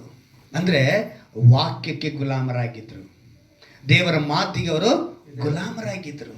ಎಂಥ ಒಂದು ಅದ್ಭುತವಾಗಿ ಇವತ್ತು ನೀನು ನಾನು ಆ ವಾಕ್ಯಕ್ಕೆ ಗುಲಾಮರಾಗಬೇಕು. ರಾಕೆಟ್ ಕಳಿಸ್ತಾರೆ ಆಕಾಶಕ್ಕೆ, ಕೆಳಗಡೆ ಬೆಂಕಿ ಇಡ್ತಾರೆ, ಇಲ್ಲಿಂದ ಮೇಲೆ ಹೋಗಿ ಅದು ಮೇಲೆ ಹೋದ್ಮೇಲೆ ಅನೇಕರಿಗೆ ಪ್ರಯೋಜನವಾಗಿ ಇರುತ್ತೆ. ಆ ಸ್ಯಾಟಲೈಟ್ ಏನಾಗಿರುತ್ತೆ, ಅದು ಪ್ರಯೋಜನವಾಗಿದೆ. ಇವತ್ತು ನೀನು ನಾನು ವಾಕ್ಯವೆಂಬ ಬೆಂಕಿಯಿಂದ ಉರಿದು 10 ಜನಕ್ಕೆ ನಾವು ಪ್ರಯೋಜನವಾಗಿರಬೇಕು ಅಲ್ವಾ? ಕೆಲವರು ಇವತ್ತು ಇನ್ನೂ ಹೇಗಿದ್ದಾರೆ ಅಂತ ಹೇಳಿದ್ರೆ, ಇನ್ನೂ ತಮ್ಮನ್ನ ಅದೇ ರೀತಿಯಾಗಿ ಕೊಳಕಿನಲ್ಲೇ ಬದುಕಬೇಕು. ನಾನು ಅಬ್ರಹಾಮನ್ ನೋಡಿ ದೇವರು ಒಂದು ಮಾತು ಹೇಳ್ತಾರೆ, ಏನಂತೇಳಿ, ನಿನ್ನ ಕ್ಯಾರೆಕ್ಟರ್ ನನಗೆ ಇಷ್ಟ ಆಗೋಯ್ತಪ್ಪ. ಏನಂತ ಹೇಳಿದ್ರು ಅವರು? ನಿನ್ನ ಕ್ಯಾರೆಕ್ಟರ್ ನನಗೆ ಇಷ್ಟ ಆಗೋಯ್ತು, ನಿನಗೆ ನಿನ್ನ ಸಂತತಿಗೆ ಒಂದು ದೇಶ ಕೊಟ್ಬಿಡ್ತೀನಿ ಅಂತ ಮಾತು ಕೊಟ್ಟಾಯ್ತು. ಹೇಳಿದ್ರ? ಮಾತು ಕೊಟ್ಟ ಮೇಲೆ ಅವನೇನು ಮಾಡ್ದ? ನಂಬಿಕೆಯಿಂದ ಇದ್ದ. ಸರಿ, ನಂಬಿಕೆಯಿಂದ ಇದ್ದೇನೆ. 1 ವರ್ಷ ಕೊಟ್ರ? 100 ವರ್ಷಕ್ಕೆ ಒಂದನ್ನು ಕೊಟ್ಟರು. ಕೊಡ್ಲಾರ್ದೆ ಕೊಟ್ಬಿಟ್ಟು ಅದು ನನಗೆ ಕೊಡಪ್ಪ ಅಂದರು. 2 ನಿಮಿಷ ಕೂಡ ಯೋಚನೆ ಮಾಡಿಲ್ಲ, 1 ಕ್ಷಣ ಯೋಚನೆ ಮಾಡಿಲ್ಲ, ಕರ್ಕೊಂಡು ಸೀದಾ ಹೋಗ್ಬಿಟ್ಟ. ಕತ್ತಿ ಎತ್ಕೊಂಡೇ ಬಿಟ್ಟ ಅವನು. ಏನಂತ ಮಾಡ್ದ? ಎತ್ಕೊಂಡೇ ಬಿಟ್ಟ. ಅಬ್ರಾಮ ನಿಲ್ಸಪ್ಪ ಅಂತ ಹೇಳಿದ್ರು ದೇವರು ಅಲ್ವಾ? ಅವನ ನಂಬಿಕೆ ಹೆಂಗಿತ್ತು? ಅದಕ್ಕೆ ಅವನ ನಂಬಿಕೆಯ ತಂದೆ. ಇವತ್ತು ನಿನಗೂ ನನಗೂ ಆ ನಂಬಿಕೆ ಬರಬೇಕು. ಅವನ ಸಂತತಿ ಒಂದು ಮಾತನ್ನು ಕೊಟ್ಟರು, ಅವನು ಅದನ್ನೇ ಹೇಳ್ದ. ಅವನ ಸಂತತಿ ಪೂರ್ತಿಯಾಗಿ ಅವನು ಅದೇನೆ. ಅವನ ಲೋಟಲ್ಲಿ ಕೂಡ ಅದು ಅಭ್ಯಾಸ ಬಂತು. ಲೋತನು ಕೂಡ ಅಬ್ರಹಾಮನಿಗೆ ಏನಿತ್ತೋ ಅದೇ ಗುಣ ಬಂತು. ಆ ಲೋಟನು ಕೂಡ ನೋಡಿ, ಒಂದೇ ಒಂದು ವಾಕ್ಯ ಓದಿ ನಾವು ಮುಂದಕ್ಕೆ ಹೋಗೋಣ. 2 ಪೇತ್ರ 2ನೇ ಅಧ್ಯಾಯ, 2 ಪೇತ್ರ ಆ ಲೋಟನ ಕುರಿತು ಬರೆಯಲ್ಪಟ್ಟಿದೆ. 2 ಪೇತ್ರ 2ನೇ ಅಧ್ಯಾಯ 7ನೇ ವಾಕ್ಯ. ಅಂದರೆ ಆ ಅಧರ್ಮಿಗಳ ನಾಚಿಕೆಗೆಟ್ಟ ನಡತೆಗೆ ವೇದನೆಗೊಂಡಿದ್ದ ನೀತಿವಂತನಾದ ಲೋಟನನ್ನ ತಪ್ಪಿಸಿದನು. ಎಷ್ಟು ಅದ್ಭುತವಾಗಿ ಲೋಟನ ಕುರಿತು ಪೇತ್ರನ ಬರೀತಾ ಇದ್ದಾನೆ. ಏನಂತ ಹೇಳ್ತಿದ್ದಾನೆ ನೋಡಿ, ಅವನ ಮಾತು ಗಮನಿಸಿ. ಅಧರ್ಮಿಗಳಿದ್ರಂತೆ. ಯಾರಿದ್ರು? ಅಧರ್ಮಿಗಳು. ಅಲ್ಲಿ ನಾಚಿಕೆಗೆಟ್ಟ, ಇನ್ನೊಂದು ಪದ ಬರಡಿ ನೋಡಿ, ನಾಚಿಕೆಗೆಟ್ಟ ನಡತೆ. ಇವತ್ತು ಸೊದೋಮ ಗೊಮೋರ ಪಟ್ಟಣ ಇಲ್ದಿದ್ದು ಕಾರಣ ಏನು ಅಂತ ಹೇಳಿದ್ರೆ ಅವರ ನಡತೆ ನಾಚಿಕೆ ಕೆಟ್ಟ ನಡತೆ. ಬ್ರೆಜಿಲ್ನಲ್ಲಿ ಒಬ್ಬ ಆಕೆ ತನ್ನ ಶೀಲವನ್ನು ಹರಾಜಿಗಿಟ್ಟಿದ್ದಾಳಂತೆ. ನಾನು ವರ್ಜಿನ್ನು, ನೀವು ಬೇಕಿದ್ರೆ ಚೆಕ್ ಮಾಡಿ ನಾನು ಯೂಸ್ ಮಾಡ್ಕೋಬೋದು ಅಂಥೇಳಿ ಅಲ್ಲಿಗೆ ಸೊದೋಮ ಗೊಮೋರದಲ್ಲಿ, ಅಂದರೆ ಯೇಸು ಭೂಮಿ ಮೇಲಿದ್ದಾಗಲೇ ನೋಹನ ಕಾಲದಲ್ಲಿ ನಡೆದಂಥ ಕಾಲವು ಮನುಷ್ಯಕುಮಾರನ ಪ್ರತ್ಯಕ್ಷನ ಆಗುವಾಗ ನಡೆಯುತ್ತೆ ಅಂತ ಹೇಳಿದ್ರು. ಆಮೇಲೆ ಇನ್ನೊಂದು ಕಡೆ ಹೇಳ್ತಾರೆ, ಲೋಟನ ಕಾಲದಲ್ಲಿ ನಡೆದಂಥ ಆ ಲೋಟನ ದಿವಸಗಳಲ್ಲಿ ನಡೆದಂಥ ಕಾರ್ಯಗಳು ಮನುಷ್ಯಕುಮಾರನ ಪ್ರತ್ಯಕ್ಷನ ಆಗುವಾಗ ನಡೆಯುತ್ತೆ. ಬೆಂಕಿ ಬರುತ್ತೆ, ಉಳಿಯುತ್ತೆ ಅಂತ ಹೇಳಿದ್ರಲ್ಲ. ಇವತ್ತು ಲಾಸ್ ಏಂಜಲೀಸಲ್ಲಿ ನಡೆದಿದ್ದು ಘಟನೆ ಅದೇ ಥರನೇ. ಸೊದೋಮ ಗೊಮೋರ ಪಟ್ಟಣ ನಡೆದಂಥ ಕಾರ್ಯವೇ ಇನ್ನೂ ಬೆಂಕಿ ಉರಿತಾ ಇದೆ, ಆರೋಗಿಲ್ಲ ಅಲ್ಲಿ. ಸ್ಟಿಲ್ ಇವಾಗ ನಿನ್ನೆವರೆಗೂ ನ್ಯೂಸ್ ತೋರಿಸ್ತಾನೆ ಇದ್ದಾರೆ, ಇನ್ನೂ ಅದು ಉರಿತಾನೇ ಇದೆ. ಅಂದರೆ ನಾನು ಇವತ್ತು ವಾಕ್ಯಕ್ಕೆ ಗುಲಾಮರಾಗಬೇಕು. ವಾಕ್ಯಕ್ಕೆ ಗುಲಾಮರಾಗಲಿಲ್ಲ ಅಂತ ಹೇಳಿದ್ರೆ ಕಷ್ಟ. ಇವತ್ತು ಅನೇಕರು ಯೌವನಸ್ಥರಲ್ಲಿ ಬಿದ್ದೋಗ್ತಾರೆ. ಯೌವನಸ್ಥರು ಅಂತಲ್ಲ, ನನ್ನ ಪ್ರಾಯದಲ್ಲೂ ಕೂಡ ಕೆಲವರು ಬಿದ್ದೋಗಿದ್ದಾರೆ. ಸೈತಾನನ ಧೂಳನ್ನು ತಗೊಂಬರ್ತಾನೆ, ಕೊಳಕನ್ನು ತಗೊಂಬರ್ತಾನೆ, ನಮ್ಮ ಮೇಲೆ ಅಂಟಿಸ್ಬೇಕು ಅಂತ ಯೋಚನೆ ಮಾಡ್ತಾನೆ. ನಿನ್ನ ವಾಕ್ಯ ನಿನ್ನ ಮೇಲೆ ಇಲ್ಲ ಅಂತ ಹೇಳಿದ್ರೆ ನಿನ್ನ ಕಾಪಾಡಿಕೊಳ್ಳೋದಕ್ಕೆ ಸಾಧ್ಯವಿಲ್ಲ. 18 ವಯಸ್ಸಿನಿಂದ 28 ವಯಸ್ಸು ಹುಡುಗನ ಟಾರ್ಗೆಟ್ ಮಾಡ್ಕೊಂಡಿದ್ದೆ ನಾನು. ಆ ಹುಡುಗರಿಗೆ ಈ ಯೌವನಸ್ಥರಿಗೆ ಬಂದಿದ್ದ ತಕ್ಷಣ ಹಾರ್ಮೋನ್ಸ್ ಪ್ರಾಬ್ಲಮ್ ಬಂದ್ಬಿಡುತ್ತೆ. ಆ ಹಾರ್ಮೋನ್ಸ್ ಪ್ರಾಬ್ಲಮ್ ಬಂದಿದ್ದ ತಕ್ಷಣ ಒಬ್ಬನು ಹೇಳ್ತಾನೆ, ಏನಮ್ಮ ಗರ್ಲ್ ಫ್ರೆಂಡ್ ಇಲ್ವಾ, ವೇಸ್ಟ್ ನೀನು ಅಂತಾನೆ. ಇವನು ಅದಕ್ಕೋಸ್ಕರ ಗರ್ಲ್ ಫ್ರೆಂಡ್ ಬೇಕು ಅಂತ ಹುಡುಕ್ತಾನೆ. ಇನ್ನೊಬ್ಳು ಹೇಳ್ತಾಳೆ, ಬಾಯ್ ಫ್ರೆಂಡ್ ಇಲ್ವಾ ನಿನಗೆ, ನೀನು ವೇಸ್ಟು ಅಂತಾಳೆ, ಅದಕ್ಕೋಸ್ಕರ ಬಾಯ್ ಫ್ರೆಂಡ್ ಮಾಡ್ಕೋಬೇಕು ಅಂತಾಳೆ.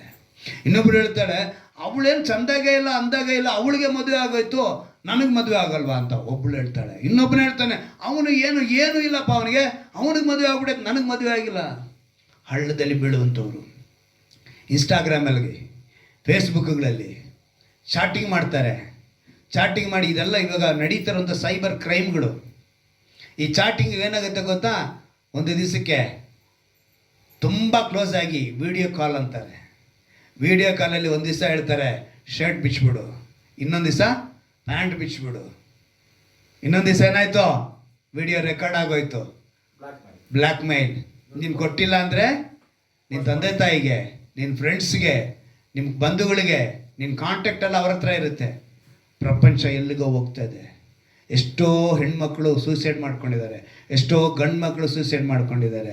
ಎಷ್ಟೋ ಅಂದರೆ 45 ಮೇಲೆ ಇರುವಂಥ ಗಂಡಸರುಗಳು ಚಪಲಚಿತ್ರ ಅಂತ ಇದ್ದಾರೆ. ಕೆಲವರು 45 ವಯಸ್ಸು ಮೇಲೆ ಇರುವಂಥ 60 ವಯಸ್ಸು ಆದರೂ ಕೂಡ ಮುದುಕರಿಗೆ ಇನ್ನು ಚಪಲ ತೀರಲ್ಲ. ಇಂಥವರೆಲ್ಲ ಈ ಹಳ್ಳಕ್ಕೆ ಬಿದ್ದೋಗಿದ್ದಾರೆ. ಅವರೇನು ಮಾಡ್ತಾರೆ, ರೆಕಾರ್ಡ್ ಮಾಡಿಟ್ಕೊಂಡು ಬ್ಲ್ಯಾಕ್ ಮೇಲ್ ಮಾಡ್ತಾರೆ. ಸೈಬರ್ ಕ್ರೈಮ್ನವ್ರು ಹೇಳ್ತಾ ಇರ್ತಾರೆ, ಹುಷಾರಾಗಿರಿ, ಯಾವುದ್ರ ಜೊತೆಗೂ ಮುಖ ಪರಿಚಯದವ್ರ ಹತ್ರ ಈ ಥರ ವಿಡಿಯೋ ಕಾಲ್ ಮಾಡಬೇಡಿ. ವಾಯ್ಸು ಫೋಟೋ ಯಾವುದೋ ಒಂಥರ ಇರುತ್ತೆ, ಏನೇನೋ ಮಾಡ್ತಾರೆ. ಹುಷಾರಾಗಿರಬೇಕು. ವಾಕ್ಯ ನಿನ್ನಲ್ಲಿದ್ದರೆ ನೋಡಿ, ಯೇಸು ಜೊತೆಗಿದ್ದವರು ಅಲ್ವಾ, ಅವ್ರ ಒಡ ಹುಡಿದವರು, ಅವ್ರ ಮೇಲಿನ ಅವ್ರ ಪ್ರಭಾವ ಬೀಳಲಿಲ್ಲ. ಏನಕ್ಕೋಸ್ಕರ ಗೊತ್ತಾ, ಅವ್ರ ವಾಕ್ಯನ ಸರಿಯಾಗಿ ಅವ್ರನ್ನ ಅರಿತುಕೊಂಡಿಲ್ಲ. ಸತ್ತ ನಂತರವೇ ಅವರೆಲ್ಲ ದೇವ್ರ ಕೆಲಸಕ್ಕೆ ಬಂದಿದ್ದು. ಯೇಸು ಜೊತೆಗಿರೋವರೆಗೂ ಏನು ಮಾಡಲಿಲ್ಲ, ಅವರು ನಂಬಲಿಲ್ಲ. ಹುಚ್ಚರ ಅಂತ ಹೇಳಿದ್ರು. ಯಾರನ್ನ ಹೇಳಿದ್ರು? ಯೇಸುನ ಏನಂತ ಹೇಳಿದ್ರು ಅವರು? ಇವತ್ತು ನಾವು ಸೇವಕರುಗಳು ಏನಾರ ಹೇಳಿದ್ರೆ ಕೆಲವ್ರಿಗೆ ಏನು ಕಾಣಿಸುತ್ತೆ ಗೊತ್ತಾ, ಉಚಿತವಾಗಿ ಕಾಣಿಸುತ್ತೆ, ಬೇಸರವಾಗಿ ಕಾಣಿಸುತ್ತೆ. ಎಚ್ಚರಿಕೆ ಪಡಿಸಿ ಅಂತ ಹೇಳ್ತಿದ್ದಾರೆ. ನೀನು ವಾಕ್ಯಕ್ಕೆ ಗುಲಾಮನಾದರೆ ನೀನು ಆಶೀರ್ವಾದಕ್ಕೆ ನಿಧಿ ಆಗ್ತೀಯ. ಹಲ್ಲೆಲೂಯಾ. ಇವತ್ತು ನೀವು ಕೇಳಬೇಕು, ಮೊಣಕಾಲ ಕಣ್ವ ದೇಸಪ್ಪ, ನಾವಿವತ್ತು ಒಂದು ಒಳ್ಳೆಯ ಸಂದೇಶವನ್ನು ಕೇಳಿದ್ವಿ. ನಾವು ವಾಕ್ಯಕ್ಕೆ ಗುಲಾಮರಾಗಬೇಕು ಕರ್ತನೆ, ನಿನ್ನ ಮಾತಿಗೆ ಗುಲಾಮರಾಗಬೇಕು. ಅದು ನಿನ್ನ ಬಳಿ ಬಂದವರು ಕರ್ತನೆ 5,000 ಜನ ಸಂಜೆವರೆಗೂ ಕರ್ತನೆ ನಿನ್ನ ಬಳಿ ಉಪವಾಸದಿಂದಲೇ ಇದ್ದರಪ್ಪ.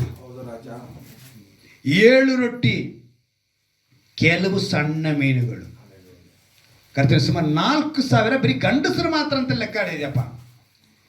ಇನ್ನು ಹೆಂಗಸರು ಮಕ್ಕಳು ಸೇರಿದ್ರೆ ಕನಿಷ್ಠ ಪಕ್ಷ 10,000 to 12,000 ಜನ ಇದ್ದಿರಬಹುದು ಕರ್ತನೆ. ಅವರೆಲ್ಲರೂ ಸಹ 3 ದಿನವಾಯಿತು ಕರ್ತನೆ.